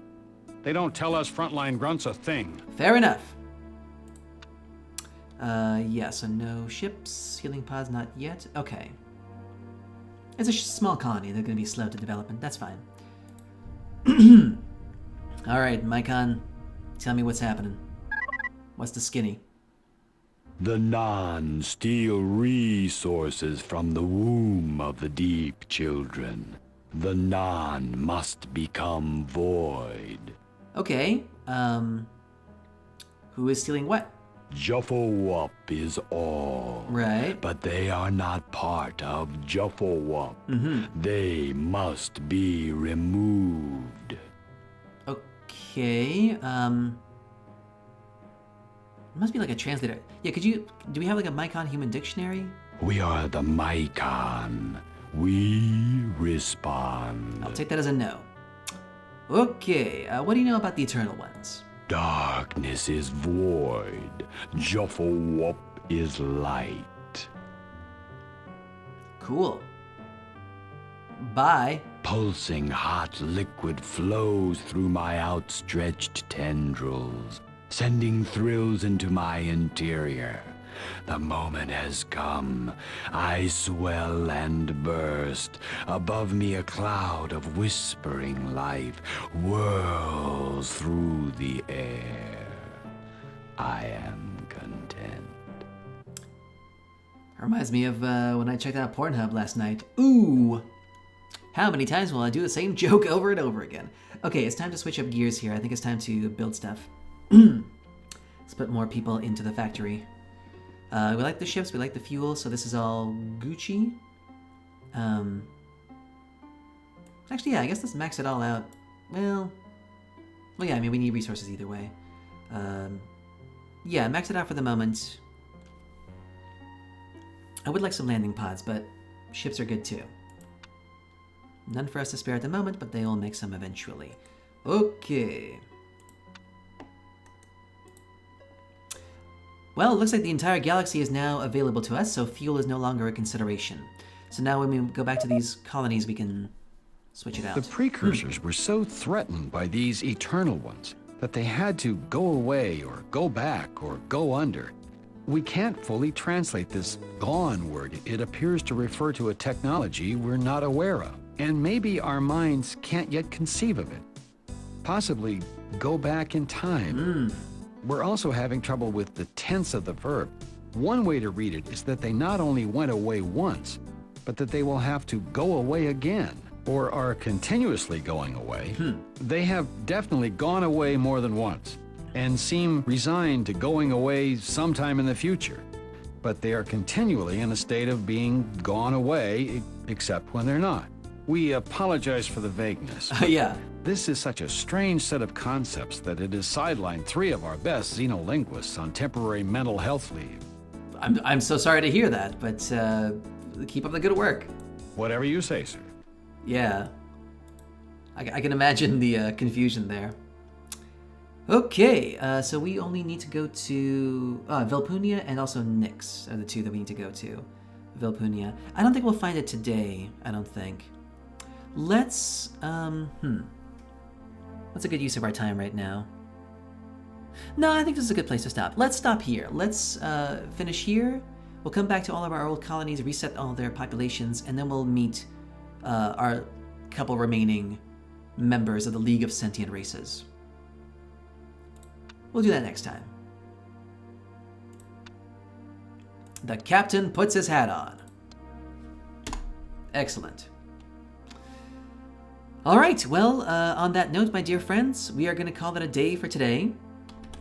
Thank you very much for watching, and tune in next episode when we will uncover more secrets of the galaxy and hopefully figure out a way to save it, even though now 2 of the species that we've talked to say we're definitely going to fail. Yeah, very nice. Very bueno. That's for the YouTubes. That is for the tubes of you. Oh man, oh man. Ooh. I am so excited. I am such a happy chappy. Oh man, it's just bringing back memories, you know? It's just like there's gonna be such great lines moving forward. It's gonna be such fun fucking interactions. Again, maybe just for me, but I don't know, like I feel like it still holds up. I still feel, yeah, it's a bit slow and it's a bit sluggish and a lot of exposition early on, but that'll pass and we'll just get to the good stuff eventually. It's gonna be great. All right, I'm guessing nobody's here. Ashes, I guess you've left as well, or are you still here? Maybe you're not here anymore.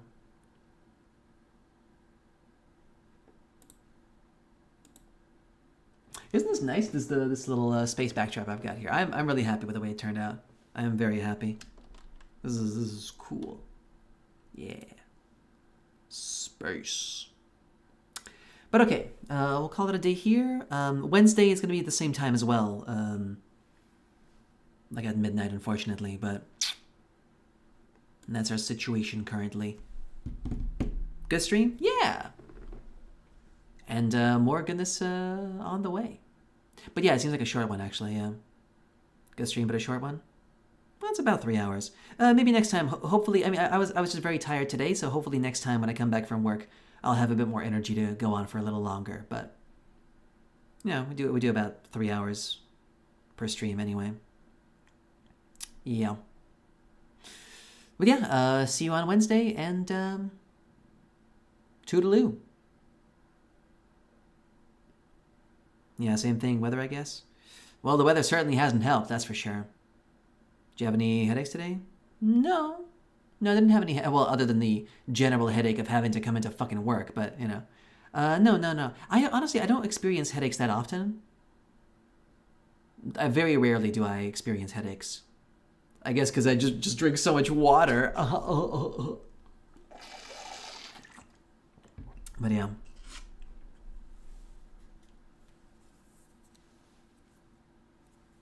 Like a weird tag on my head. But yeah, I guess I will see you next time on the Apollo stream. Now in space! In space!